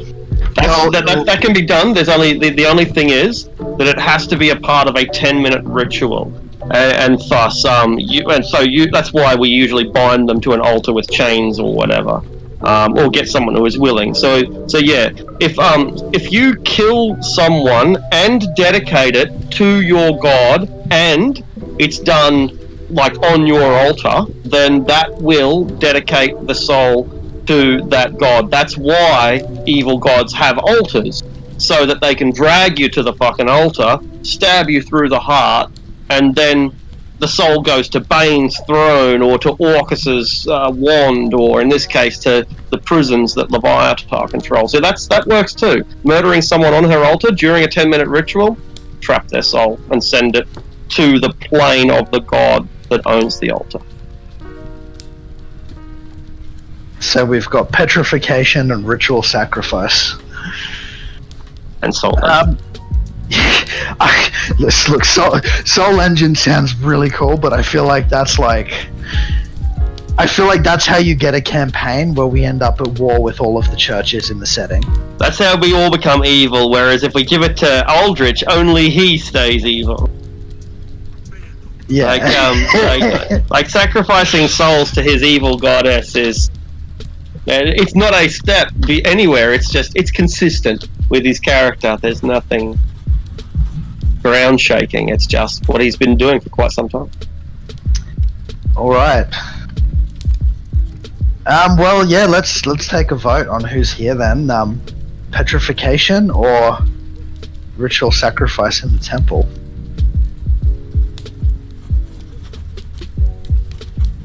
Why don't we try and petrify him first? Bring him to the Temple of Pain. Do you have a spell that can petrify? With that in mind, I will need to do some shopping this week. I'll need to go and purchase the spell, transcribe it. Assuming it's fleshed stone, I believe the spell is called. Your 5th level spells, you wouldn't have a price. I'll have to look it up. I think there is, there's a list in the you got it? Discord server, I think, yeah. Beautiful. Just make reference to that. What is it? 5th level, 1125 gold? That would sound about right. So 10% off is about 1,000. Okay, cool. 1,000 gold. Alright. Yeah, we've probably got like VIP membership cards for the Thayan Embassy's shop right That's right, yeah, exactly. Like all this shit's contraband. It's all illegal. They keep it out the back, but like you walk through the door and they just open up the door out to the back door, and you go straight into the sacred sealed section and start browsing. And on the notion of shopping, as we're preparing for, to make this move against Castellantor, should we try and sell some material, like excess treasure that we have, divvy some gold out, let people do like go and grab. Yeah, that's a good idea. I might start calculating stuff. Red Wizards will take it. I'll take it all. So that way we have to. Yeah, that way we have we can, budget and prepare properly for this attack. All right. I'll get a calculator going. We'll go through this. All right. So, copper goblet for 1 gold. We'll sell that. So we'll start with 11th level character. Okay, so we got this was worth 1 gold. Okay. Fucking hell. Tarnished and dented silver pitcher, 5 golds, brings it to 6. 3 paradots, with 500 gold each. Whoa. Nice. There you go. Paradots. Are they a type of gem? They are a gem. I'm going to look up because I don't know what they look like, but yeah, I'm looking up. Oh, nice green gem. Very cute. They are. All right. So the 3 of them. Fake emeralds. 3 of them is 1,500.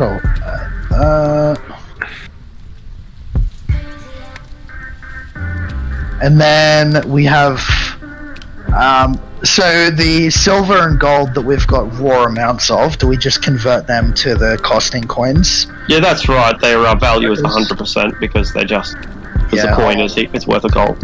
I'll add them after everything else. So 2 night amethysts, 50 gold each, so another 100.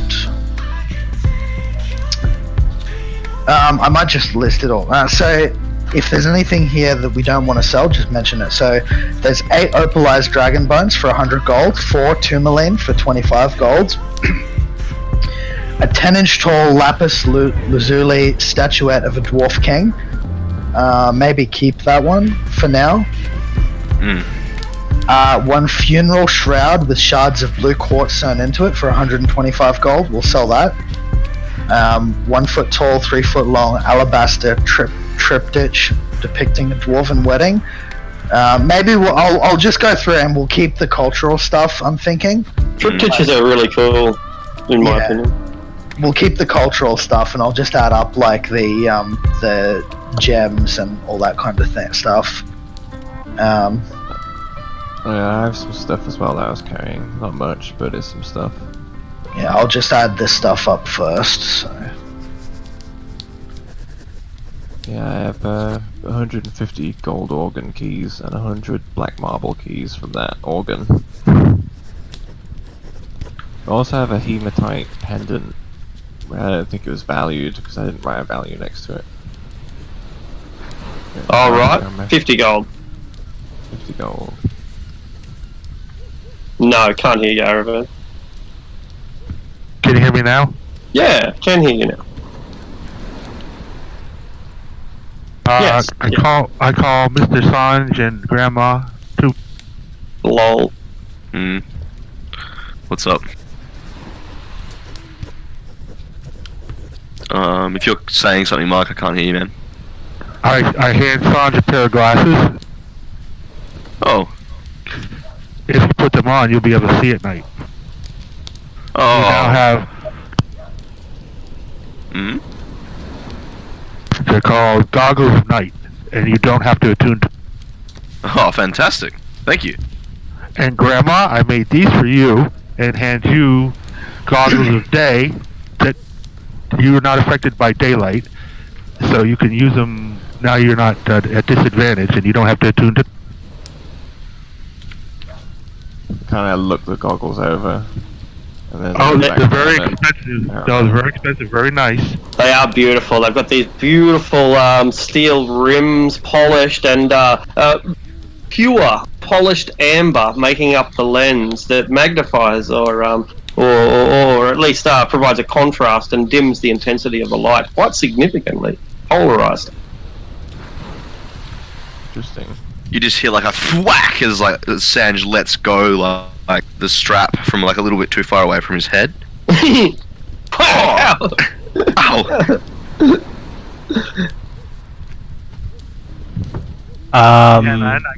Thank you, Araban. I go back to designing my soul engine.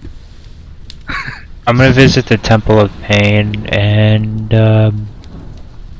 cast this spell there and see what's the status of the place since cleared it of the other woman. When you arrive at the Temple of Pain, you discover that it is not empty. There is only one other entity here, but they are sitting on your throne when you get. Did you come alone? Yeah, unless anyone came with me. Sorry.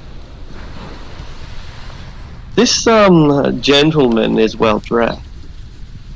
They have a long tuxedo and suit. It doesn't have tails, but it's quite elaborate nonetheless. He has a top hat and a cane, a pair of black gloves, and his face is ragged and shrunken. His skin tight. The skin has turned a greyish colour, and around the lips it pales to a pink. Hello, you must be the false prophet Ouch. False prophet would give you that idea. I'm a high priest. I'm sorry, I've come to inform you, regretfully, that you are not worthy for the role of high priest, and you must step aside for Lethvagi when he returns.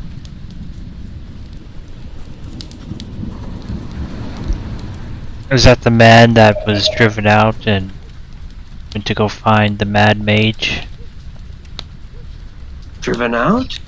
Driven out? What gave you that idea? Nay, he went on a holy pilgrimage to the depths of Undermountain to seek out the Shadow Dusk clan. And when he returned, Waterdeep shall be ours, and you, Aldrich, shall sit at our right hand as castellan and steward of the. But you shall never be high priest.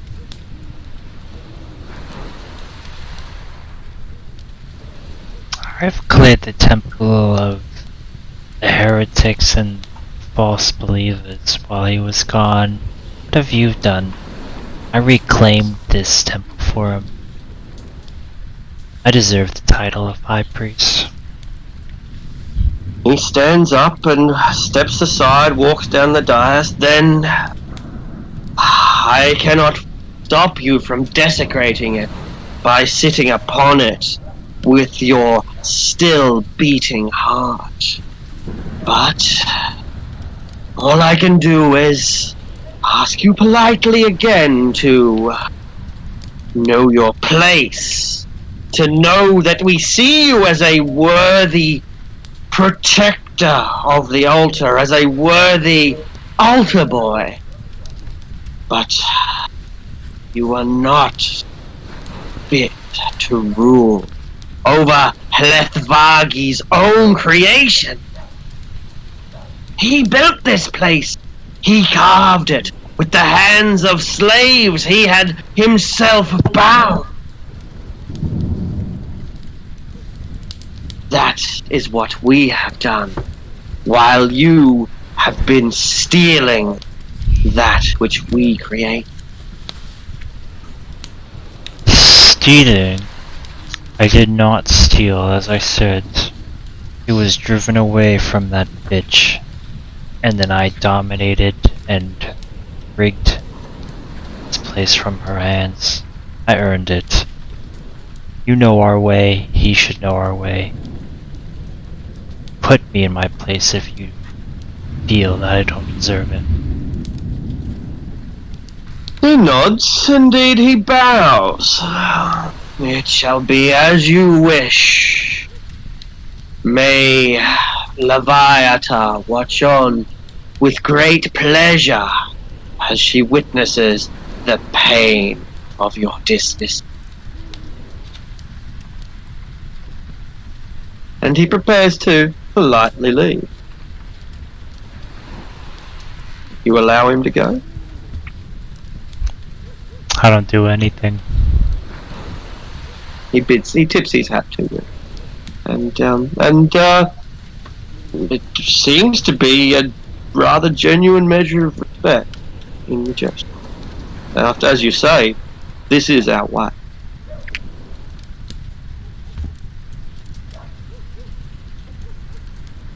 Alright, welcome to your temple, where you are Lord. And you are, what is it? Authority? What's the line? Legal authority. You are the legal authority here.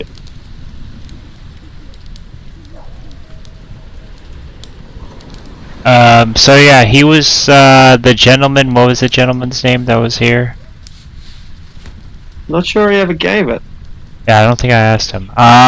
So he was the only one in here, though. He was. There's no one else here. Okay. I guess I'm just gonna cast this spell and then leave, confused and kind of a little nervous. Yeah. Alright. The word of recall. So does that what does that do? Oh, that's a fucking beautiful spell. He's basically saving a fucking emergency exit. Yeah.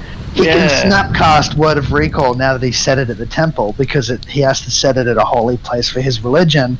Yeah. And if we're ever in a situation that's like, oh, we're so fucked, he can, with a single action, cast Word of Recall, and we'll all be back in the temple. We're only 500 feet below water deep. That's pretty good. Limitless range, huh? That's crazy. Damn. We can also travel like all the way to fucking Schultz or something. Then he can just snap us back to Waterdeep.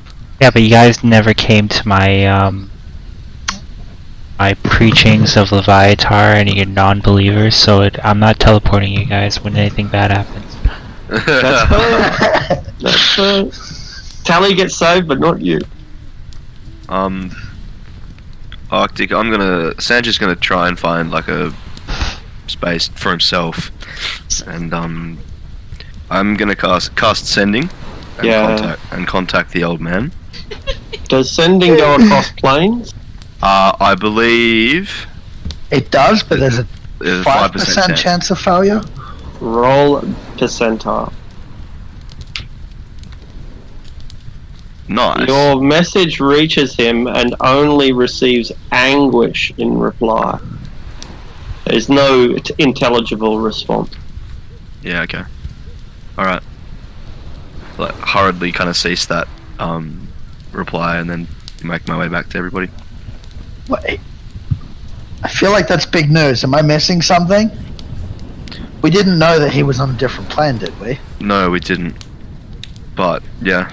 Well, out of character, if you remember back when we first sort of met up with him, we had said, the Duchess is acting like kind of weird, like keep an eye out for us, we'll be in touch. Didn't really hear from him, and so Sandra's now kind of like, fuck, I should have heard from the old man by now, hit him up, and yeah. Now it's like, oh, okay, like they've probably got Sandra's dad. But yeah, that's cool. I return to the group, and yeah.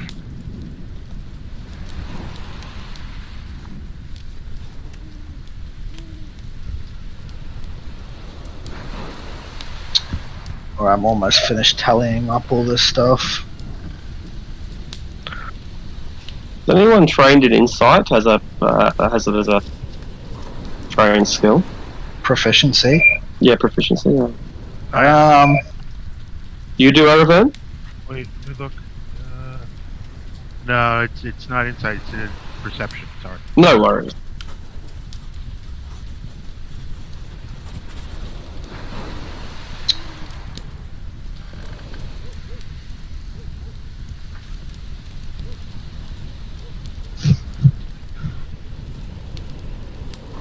Alright, so we've kept the Elvish and Dwarvish art that we got off the Drow, the Alabaster Triptych depicting a Dwarven wedding, and the Lapis Lazuli statuette of a Dwarf King, and the 4 fists of a Jade Staff, because that might be good for crafting something later on.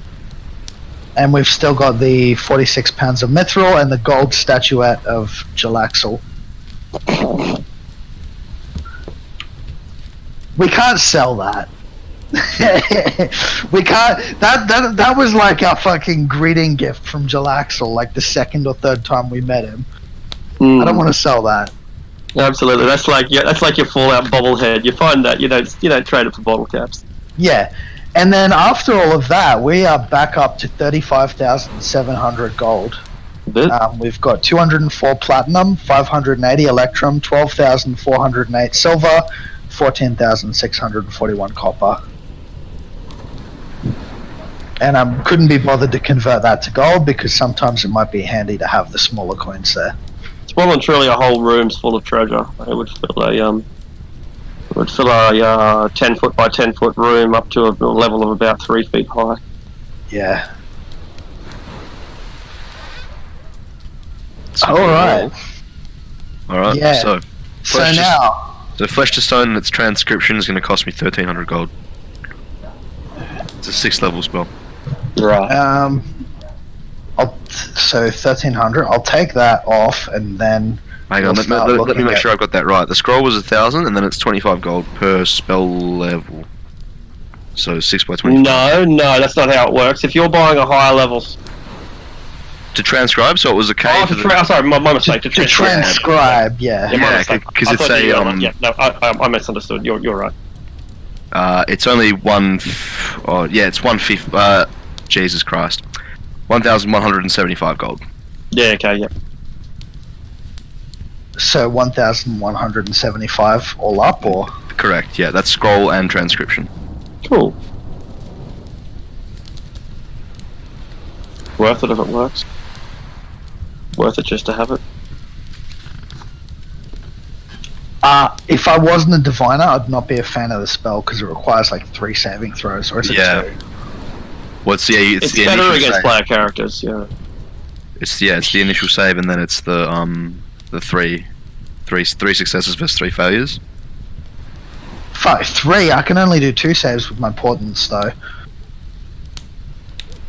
Yeah, so it's the. I'll just link it for your reference. It's the There's an initial save, and then once they if they fail that initial save, that goes 3 either way, and whichever reaches 3, they either turn to stone or don't turn to stone. That's it. I thought disintegration was 2 saving throws.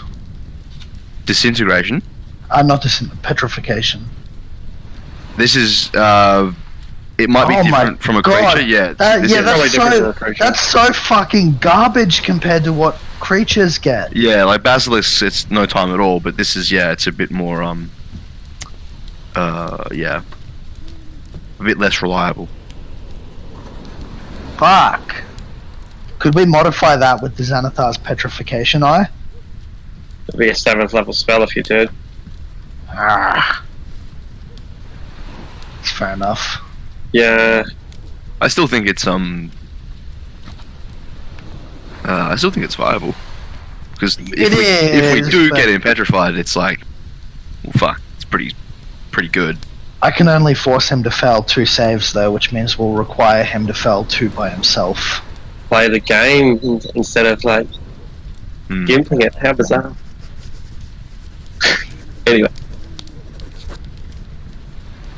Alright, so that leaves us with... Enemy shouldn't get a saving throw, that's bullshit. Well, they shouldn't get 4 saving throws from 1 spell. I'm just staring for no reason. I mean, I think it's one of the worst designed spells in 5e, but we need it now, so... If it doesn't work, we'll just let Aldrich do his ritual sacrifice. That's it, hey. It's one or the other, so... Yeah, alright, so, now then, that leaves us with 34,530 gold between 7 of us. How much shall we split? Maybe 2k each? Just give me like 800 gold, because I've just bought the spell, so... Alright. I'm fine taking less gold than everybody else, given that I just made that purchase for my book. Yeah, and you could just keep mine in the inventory, because I'll probably use it for parts anyway. I need lots of gold to convert into some diamonds, girl. There goes best friend. Aravan, I'm not managing your inventory for you. If everyone's getting 2,000 gold, you can get your own 2,000 gold and spend that. Because if I let you keep it in the party loot, you're going to spend way more than 2,000 gold. How do you know that? Because we've had other players try that before. Yeah, I was here for that. I wouldn't do that. It's just easier if you track your own. I'll keep track of my own. So everyone gets 2,000 gold, and Sanj is taking 800, so I'll put 1,200 back in.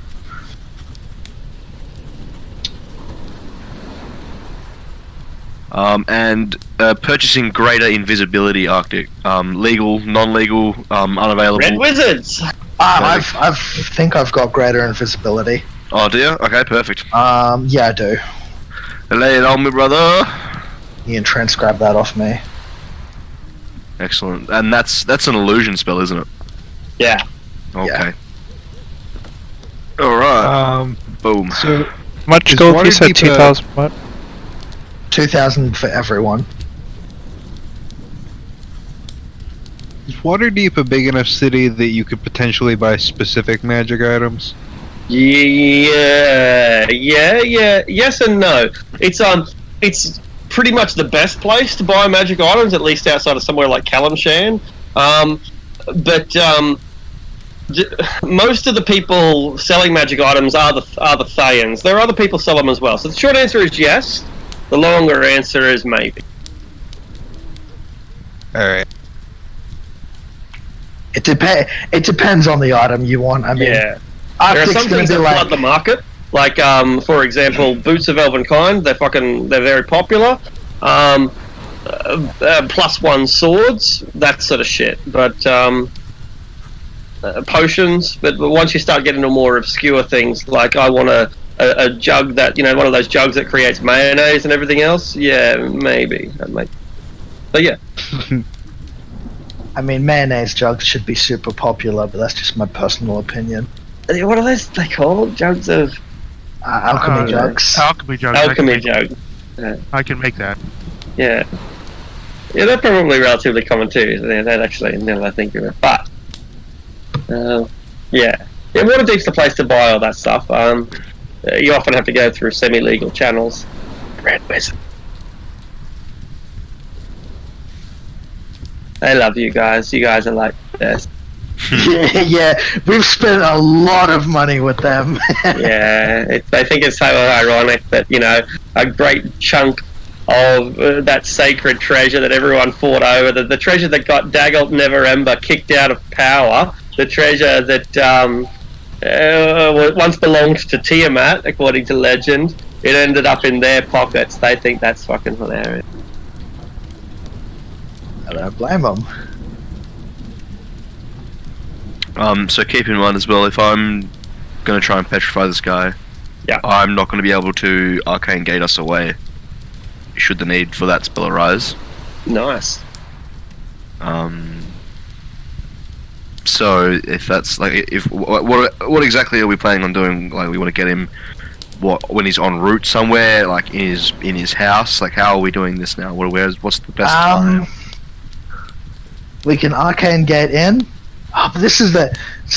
We might need to fucking trap him in the lab for a night, and then after a rest, then petrify him. What if you go in and he's not there, like he's gone shopping, or he's visiting his mistress or something? Yeah. Well, obviously the diviner is going to try and find his location before we go in. Yeah, I think we'll probably spend maybe a bit of downtime trying to do a bit of recon. Let's do that now then, while we've still got the time. Yeah. Oh yeah, what I'm aiming for here is we do the preparation and the recon and everything now, and then next week we'll do the actual attacking and everything. Well, since we're running out of time, let's launch it immediately. What's your recon going to be? First, immediately, I'm going to have the homunculus scouting the area, keeping an eye on the manor. Okay, done. Changing its location every couple of hours to get different vantage points. What can your homunculus? Okay. Your homunculus is dead unless it can see invisible. Let me see. I don't think it can. Then your homunculus is taken out from behind by something of about the same size and weight of it. As it might be flying at the time, it doesn't matter. It gets taken out from behind by unknown, small, 18-inch tall, winged creature that couldn't possibly be connected to... Yeah, I'll let you use your imagination. I'll just summon another one the next day, and then I'll buff the HP up even more. Because the unique thing about the homunculus is that when I create it, I can roll a number of hit dice, and my maximum HP goes down by that amount, and the homunculus gains that amount. So we wait a day? Yeah, so the next day, we'll do Caravan. Roll D73. We've still got other stuff to do. Oh, we still got something. Yeah, cool. So what other missions? So I want to buy a focus for the scrying spell. Yeah, sure. That's 25 gold, right? I assume. I wouldn't know. Whatever the price is, you can get it. Yeah, 1,000. Spying's a legal thing. There's nothing wrong with spying on your neighbours. I mean, what level is domestic violence? Actually, what level is scrying? I've got so many spells. It's hard to. Fifth, maybe 4th. I think it's 5th or 6th. Pretty sure it's 5th. Though. 5th. All right, I need to purchase scrying itself. What was the cost of a 5th level spell? Was it 1,300? Did you say 1,100? 1,100 to purchase. 10% discount. Yeah, 10% off. So 10% off 1,100. The red wizard that you buy your scroll from today looks remarkably like the one that you killed back in Daggerford. No, He doesn't seem to recognise you. Yeah, he doesn't recognise you.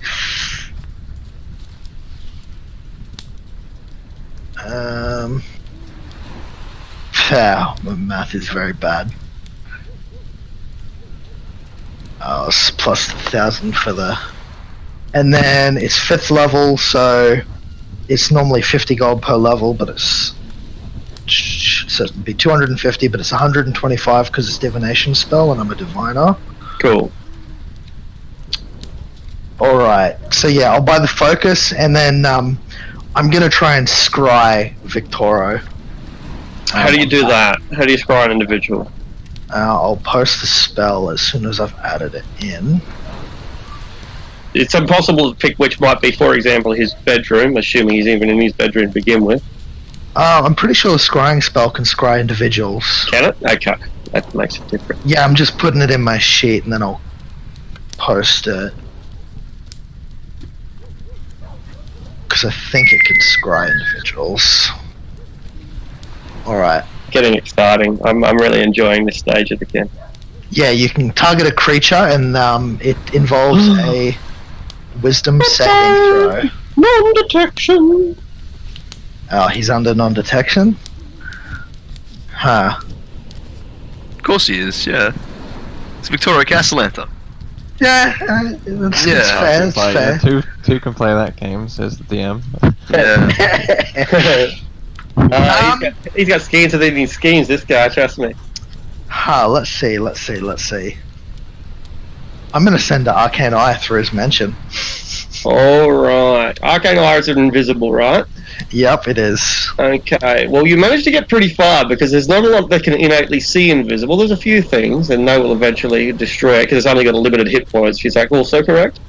I believe as soon as it takes damage... Actually, it doesn't mention anything about damage. Maybe it must have to be dispelled then. Yeah, dispelled. Okay, that makes it even harder. So it would mean that you see a lot. Okay. Part of it comes down to luck. Let's make it an investigation. That's the only fair way to determine luck. Right. 18 is pretty good, but it's not very.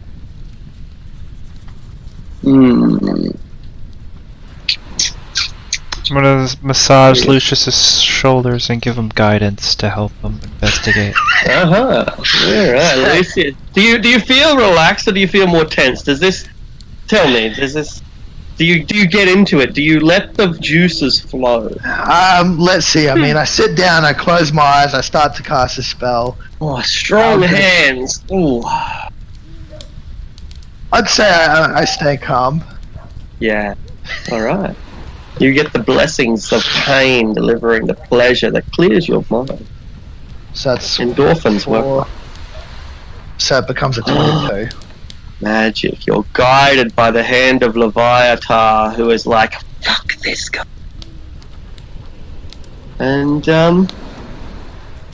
at first it looks quite normal. Place is clean, it's stately, it's magnificent in fact. There are rolling carpets and grand statues, and a lot of the iconography is dedicated to Lathander, the god of the morning, because after all, Lathander is Victoro Castellaneta's god. He goes to church all the time, everyone knows this. You look deeper. You find the servants. One of the servants steals an olive, looks so guilty and afraid. You see an old woman lounging around. She pauses a moment for her hurt back, but she gets back to work before anyone. Nothing untoward here. You go deeper, higher. Through the bathrooms and the bedrooms and the guest rooms, and oh, you're in the children's room. Do you feel like you're violating the privacy of children by being here? No, this is just a social services call because their parents are devil worshippers. I can appreciate that. The children aren't playing with their toys. They're sharpening their blade. They grind, grind, grind. And when they turn around, they don't have the faces of children at all, but rather tentacle beards that writhe and wriggle, and they look down the length of the weapon. Go deeper and deeper into the mansion, until at last you find Victoro Castellanti, and you're able to spy on him for a time, privately, within his bedroom, as he looks out the window, his hand behind his back, gazing down into the streets below, and then he notices your arcane eye, and panics, for he does not seem to have a way to banish himself of it.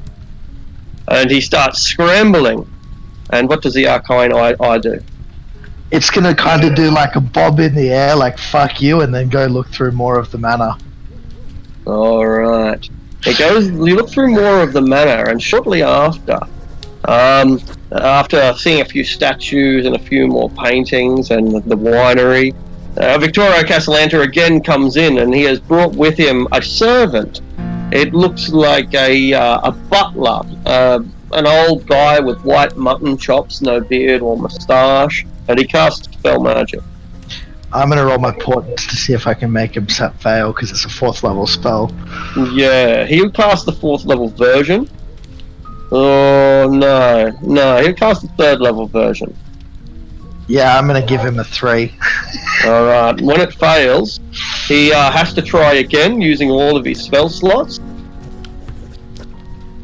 So I guess he has to make a roll at that point, right? Yeah, if he's using another 3rd level spell, he has to make a roll. If it's 4th, it's just gone. No, just a 3rd level spell. Yeah, he gets it. Alright. And it's not like Lucius was trying to keep the eye there permanently either. He just wanted to embarrass him for another few seconds. With the first spell failing.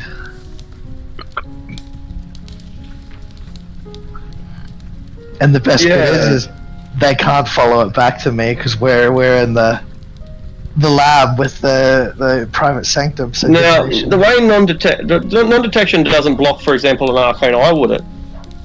I don't believe so. Let me look at the spell.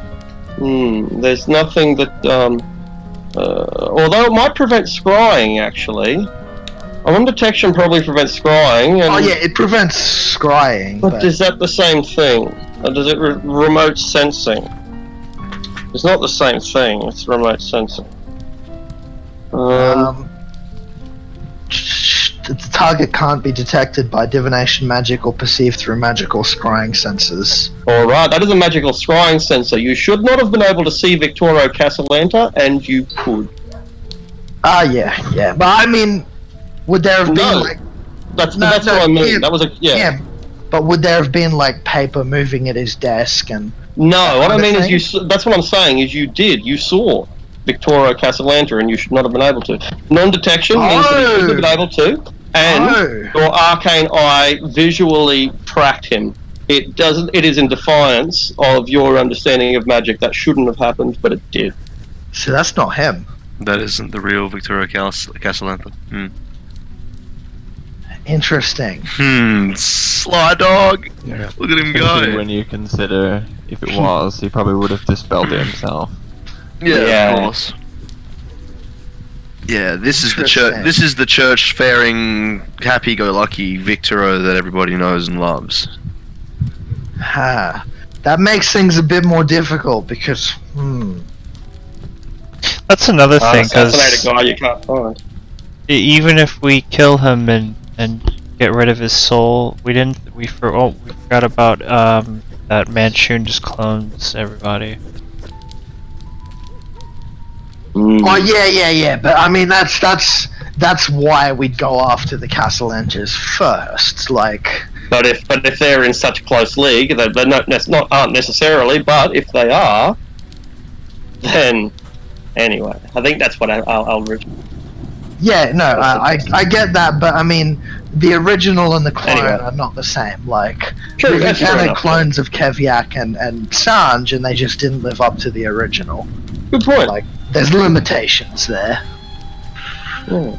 Oh yeah, it's just the Castellanters are just, I feel like, are just puppets, puppet leaders for Manchun to use, for himself. I'm hesitant to call a Cardinal of Asmodeus a puppet. I mean, a puppet of Asmodeus, sure, but a puppet of Manchun? No, I don't think so. Manchun's scary, but he's not Asmodeus. Like, yeah. Victoro as a Cardinal is like a conduit of Asmodeus, and I think Asmodeus is much more terrifying than Manchun. Do we do any further reconnaissance, or are we satisfied? We have my homunculus as well available to us, but I'd rather it not be killed. Yeah. Can Adrastia disguise herself and start information gathering about the activities of the Zentarum and the Castellanters and all of this stuff? Adrastia? Yeah, I believe so. I think, I'm not sure if I do, but I'm pretty sure I still have the circlet of human perfection that Zevram gave me. Yeah. Or if I don't, Zevram's right here. He'd probably just be able to give it to me. Good call. So, being the most immaculate woman in Waterdeep makes it fairly easy for you to pry information from men's tongues.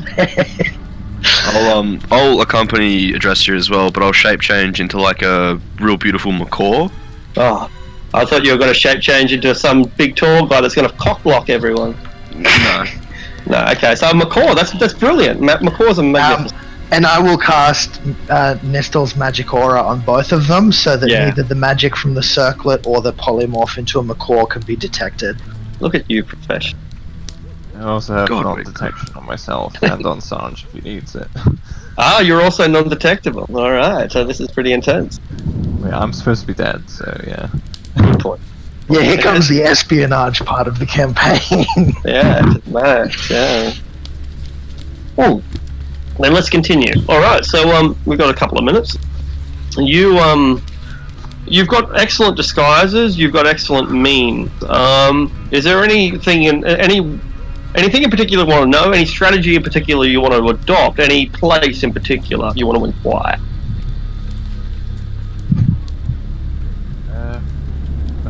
I don't really know. I suppose Sanj is an old Zentarum operative, so you probably know the best places to go to dig up info on them. I don't know what sound that macaw makes, but yeah, that'll be it. Well, we discuss it before you leave. Yeah, of course. And in discussing it, my first line of thinking is perhaps we try and get a beat on cult activity. Right? We know he's heavily involved. So if we can get a beat on cult activity, go through there, isolate important members of this cult, try and climb up the chain to figure out where old mate is. And this is Castellanta? I think so, yes. Right. For some reason I thought we were inquiring about Manchun. Well, yeah, cool. both. Ideally, they want to be finding out about like any rumors or cult activity recently, but also like, for example, yeah. But there's also the talk about the Zentarum being more active in crime and all that. Basically, like me and Sanj can take care of the magical aspects of intelligence and stuff with scrying and everything, and Adrastia this is some ground level pick for human resources. Yeah. Excellent. So Adrastia, you have advantage on an inquiry roll, which I guess is an investigation roll or persuasion, as you try to pry information. First, this will be about the Castellanters, and then we'll move on to the Zentarum. We've still got. I don't not particularly good in either of those. The only thing I'm good at is deception. So. How do you lie your way out of it? Oh wait, no. Actually, never mind. I have a proficiency in investigation. If investigation is an adequate roll. Yeah, that's good. Yeah, you make some inquiries and investigate the information that you desire. Alright, was this normal or advantage? Because you look hot, and I want to tell you everything. Because maybe, just maybe. Hey, there's some broad asking questions. Tell her to fuck off. Oh my goodness, get her over here now. And those eyelids a little bit. That's alright. Castellanta, oh yeah, he went to Baldur's Gate. Boarded a ship 10 days ago. Him and his wife, don't know who's in charge anymore. Suppose it doesn't matter.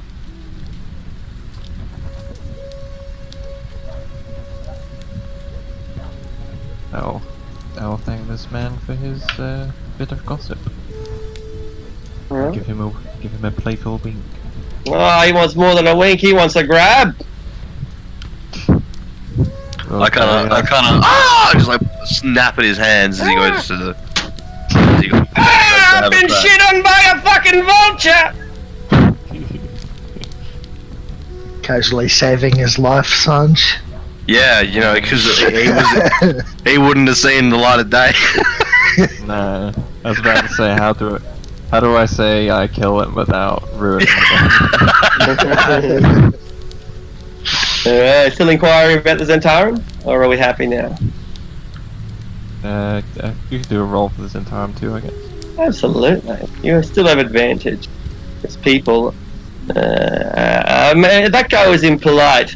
A guy comes up to you and tips his fedora, my lady, and he offers you all the information he wants. He knows how to treat a woman. Jesus Christ.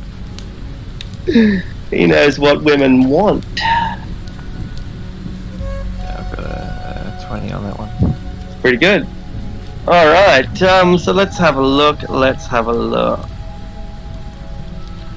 Okay. Your investigation doesn't so much involve asking people or shaking them down this time, as because eyes on the ground, you can see it for yourself. You go down in the direction that we know Colat Towers to be, which for most people is an entirely insignificant abandoned wizard tower that semi-abandoned. Someone owns it, but they don't really do much to maintain it. Apparently there's some sort of protective wall around it. The fucking birds keep running into it and breaking their necks. There's an invisible barrier. It's currently, how do you say? Well, it's not under new management per se, so much as it's been reinforced. The Zentarum presence here in the edge of the trade ward, where the docks meet the trade, is iron. They are here in significant numbers. They outnumber the city watch quite significantly, and they effectively look like they're on patrol. Though you do notice something about them, and that is that their commanders have gauntlets painted purely black. These aren't Manshoon's Zentarum. This is the Bainite. At Colat Towers?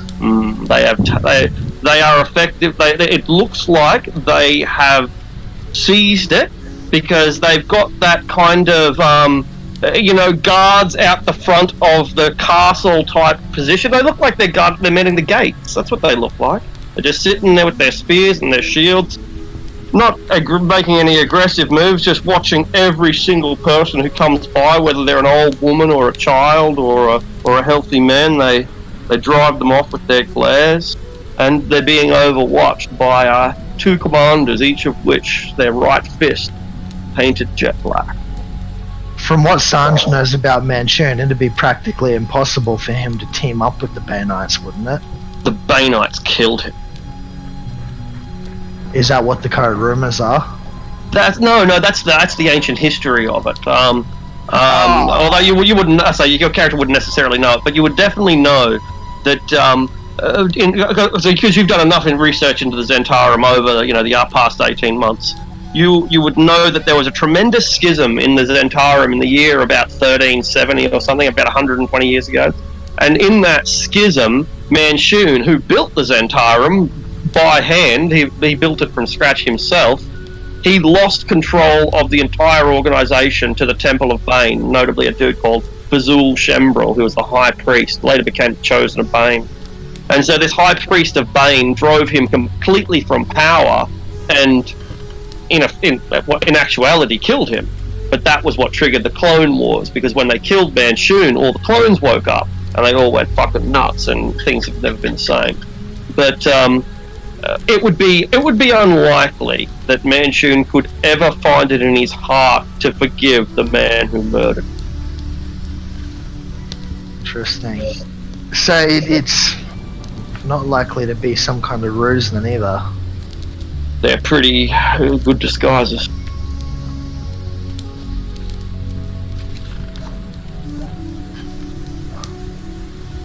I think we might need to do that that plan of reverse engineering the tracking magic and the life tracking gear. Why is that? Well, if the Banites have call-out towers, then that's obviously not Manchun's base anymore. And so what do you think? Fuck, but the Banites being back in the city is not good for us either. It means that they've won the war effectively. Waterdeep was the only place that wasn't in Banite control as far as the Zentarum are concerned, so the Banites' internal schism would appear to be over.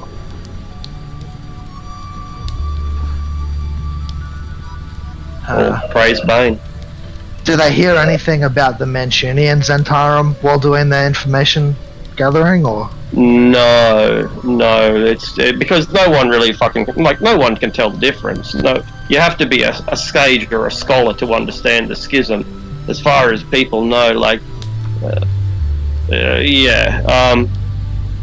there are rumors that the Zentarum have been fighting each other or fighting someone. More likely they've been fighting someone, not even fighting each other. So yeah, it's business as usual as far as anyone else can tell. Yes, they've got more guards here, but one Zentarum and another means absolutely nothing to the common Wardavian. Would Sanj have any Manchunian Zentarum contacts he can get in touch with?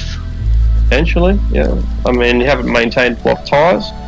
Guy called Keviak. Oh, wait a second. Seriously? Yeah, potentially.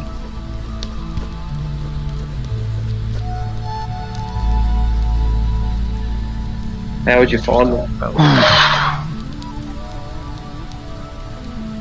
It's a good thing with the scouting. There's some pretty important info. Big news. Keviak probably keeps up with some of his old Zentarum people more than Sanj does. He might be able to at least point him in the right direction.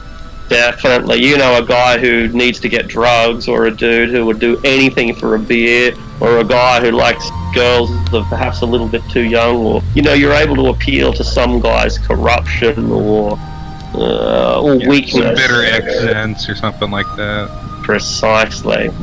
So yeah, you're able to get in contact with a guy. What do you want to know? Basically he's gonna ask whatever Sanj asked him to ask. Yeah, absolutely. He brings him to Sanj. He recognises Sanj if Sanj comes in Sanj form. So sorry. This is a Manchunian Zen. Yeah, that's right. A guy that that Keviak knows more than you. Yeah. You probably don't know him from shit, but. So I suppose he probably ate your lunch one day. This motherfucker, he ate my fucking tuna sandwich one day. I know it was him. Yeah. Anyway. Sanj sees I know I could turn him to stone now, so it's no skin off my back at the moment. So, but anyway, the first thing would be firstly, what the fuck's happened? Where all the payments come from? Is the first question. Yeah, about 10 days ago they launched a pogrom. They're fanatics, he tells you. He always knew that the Banites, loved their god. Banites are pretty famous for how fanatical they are about their religion, but these guys are incredible. They genuinely believe that Bane is walking the earth in the flesh right now. They claim to have seen Bane get reborn in Zental Keep, the traditional home of the Zentarum. They say that Bane was reborn again on Earth in human form, and now walks the Earth again and is set to conquer the whole world. They're nuts. They're fucking nuts. And your old boss? He always had a way of getting away, you know, like, I think he went to his fairyland, you know, his magic fairyland, wherever that is. Magic fairyland? Yeah, you know, that world, like, you know how, he built a world? You know how archmages do. Like Colat Towers. You know Colat Towers, it's, what do you say, extra dimensional, right? It's kind of like another plane, kind of, you know what I mean? Yeah, well, I mean... He's gone running into a plane of his own that he's made. That's what he always... That's what I always thought he would do, yeah. Smart man. Yeah, I mean, he's been gone for a while. Hey, he hasn't been in Colat Towers for a couple of months. It's been empty. I mean, you're getting around in there. You're in there, and he's in there, and Kev's in there, but they're not, you know, the real deal.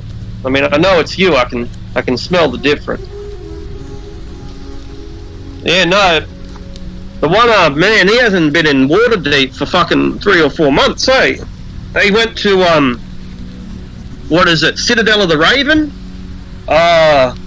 He said that he was going to go and kick their ass himself. You know, Zental Keep's not really the capital of the Zentarum. It's kind of like the spiritual home, you know, it's the Citadel of the Keep. That's where the leadership have always been. They've been there for 100 years or more. Well, I think he got fed up and got sick of waiting here in Waterdeep. He could feel them closing around. I mean, you know, they're closing in on the Sword Coast, eh? They're I guess he got out while the going's good anyway. It's just, I'm thinking of doing the same. I'm probably going to nip up to Luskan. I don't think you'll see me round again anymore. Yeah. Perhaps there's an impending... Sounds like there's an impending invasion then, if that's the case. If you really want to get in contact with him, you could try the Citadel of the Raven, but from what I hear, it's one of the biggest dungeons in the world. Makes Undermountain look like a playground, so good luck with that. Alright. Catches a ship north. Never seen again, unless you go to London. So relaying all of this to the rest of the party, yeah. Sounds like the Bay Knights are planning to invade Waterdeep. Sounds like a big fucking jihad coming in. Damn. So the Castellantis Mansion got chased off while we were in Undermountain. Seems that way. Now the actual threat has been made clear. And it's a massive influx of fanatical, war-driven devotees of a god of war.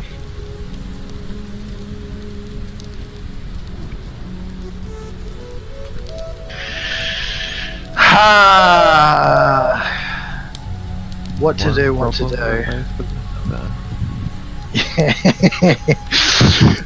Not gonna lie, I also had the thought of, didn't we spend 10,000 gold to buy a ship over that year's downtime?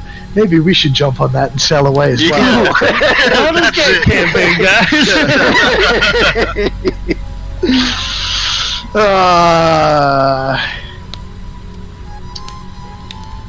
Yeah, this really is difficult. Does anyone have thoughts on this? Like, I have a thought. I have a thought about Daggerford. I have a thought that maybe if you need to know more, that might be a place to get some information.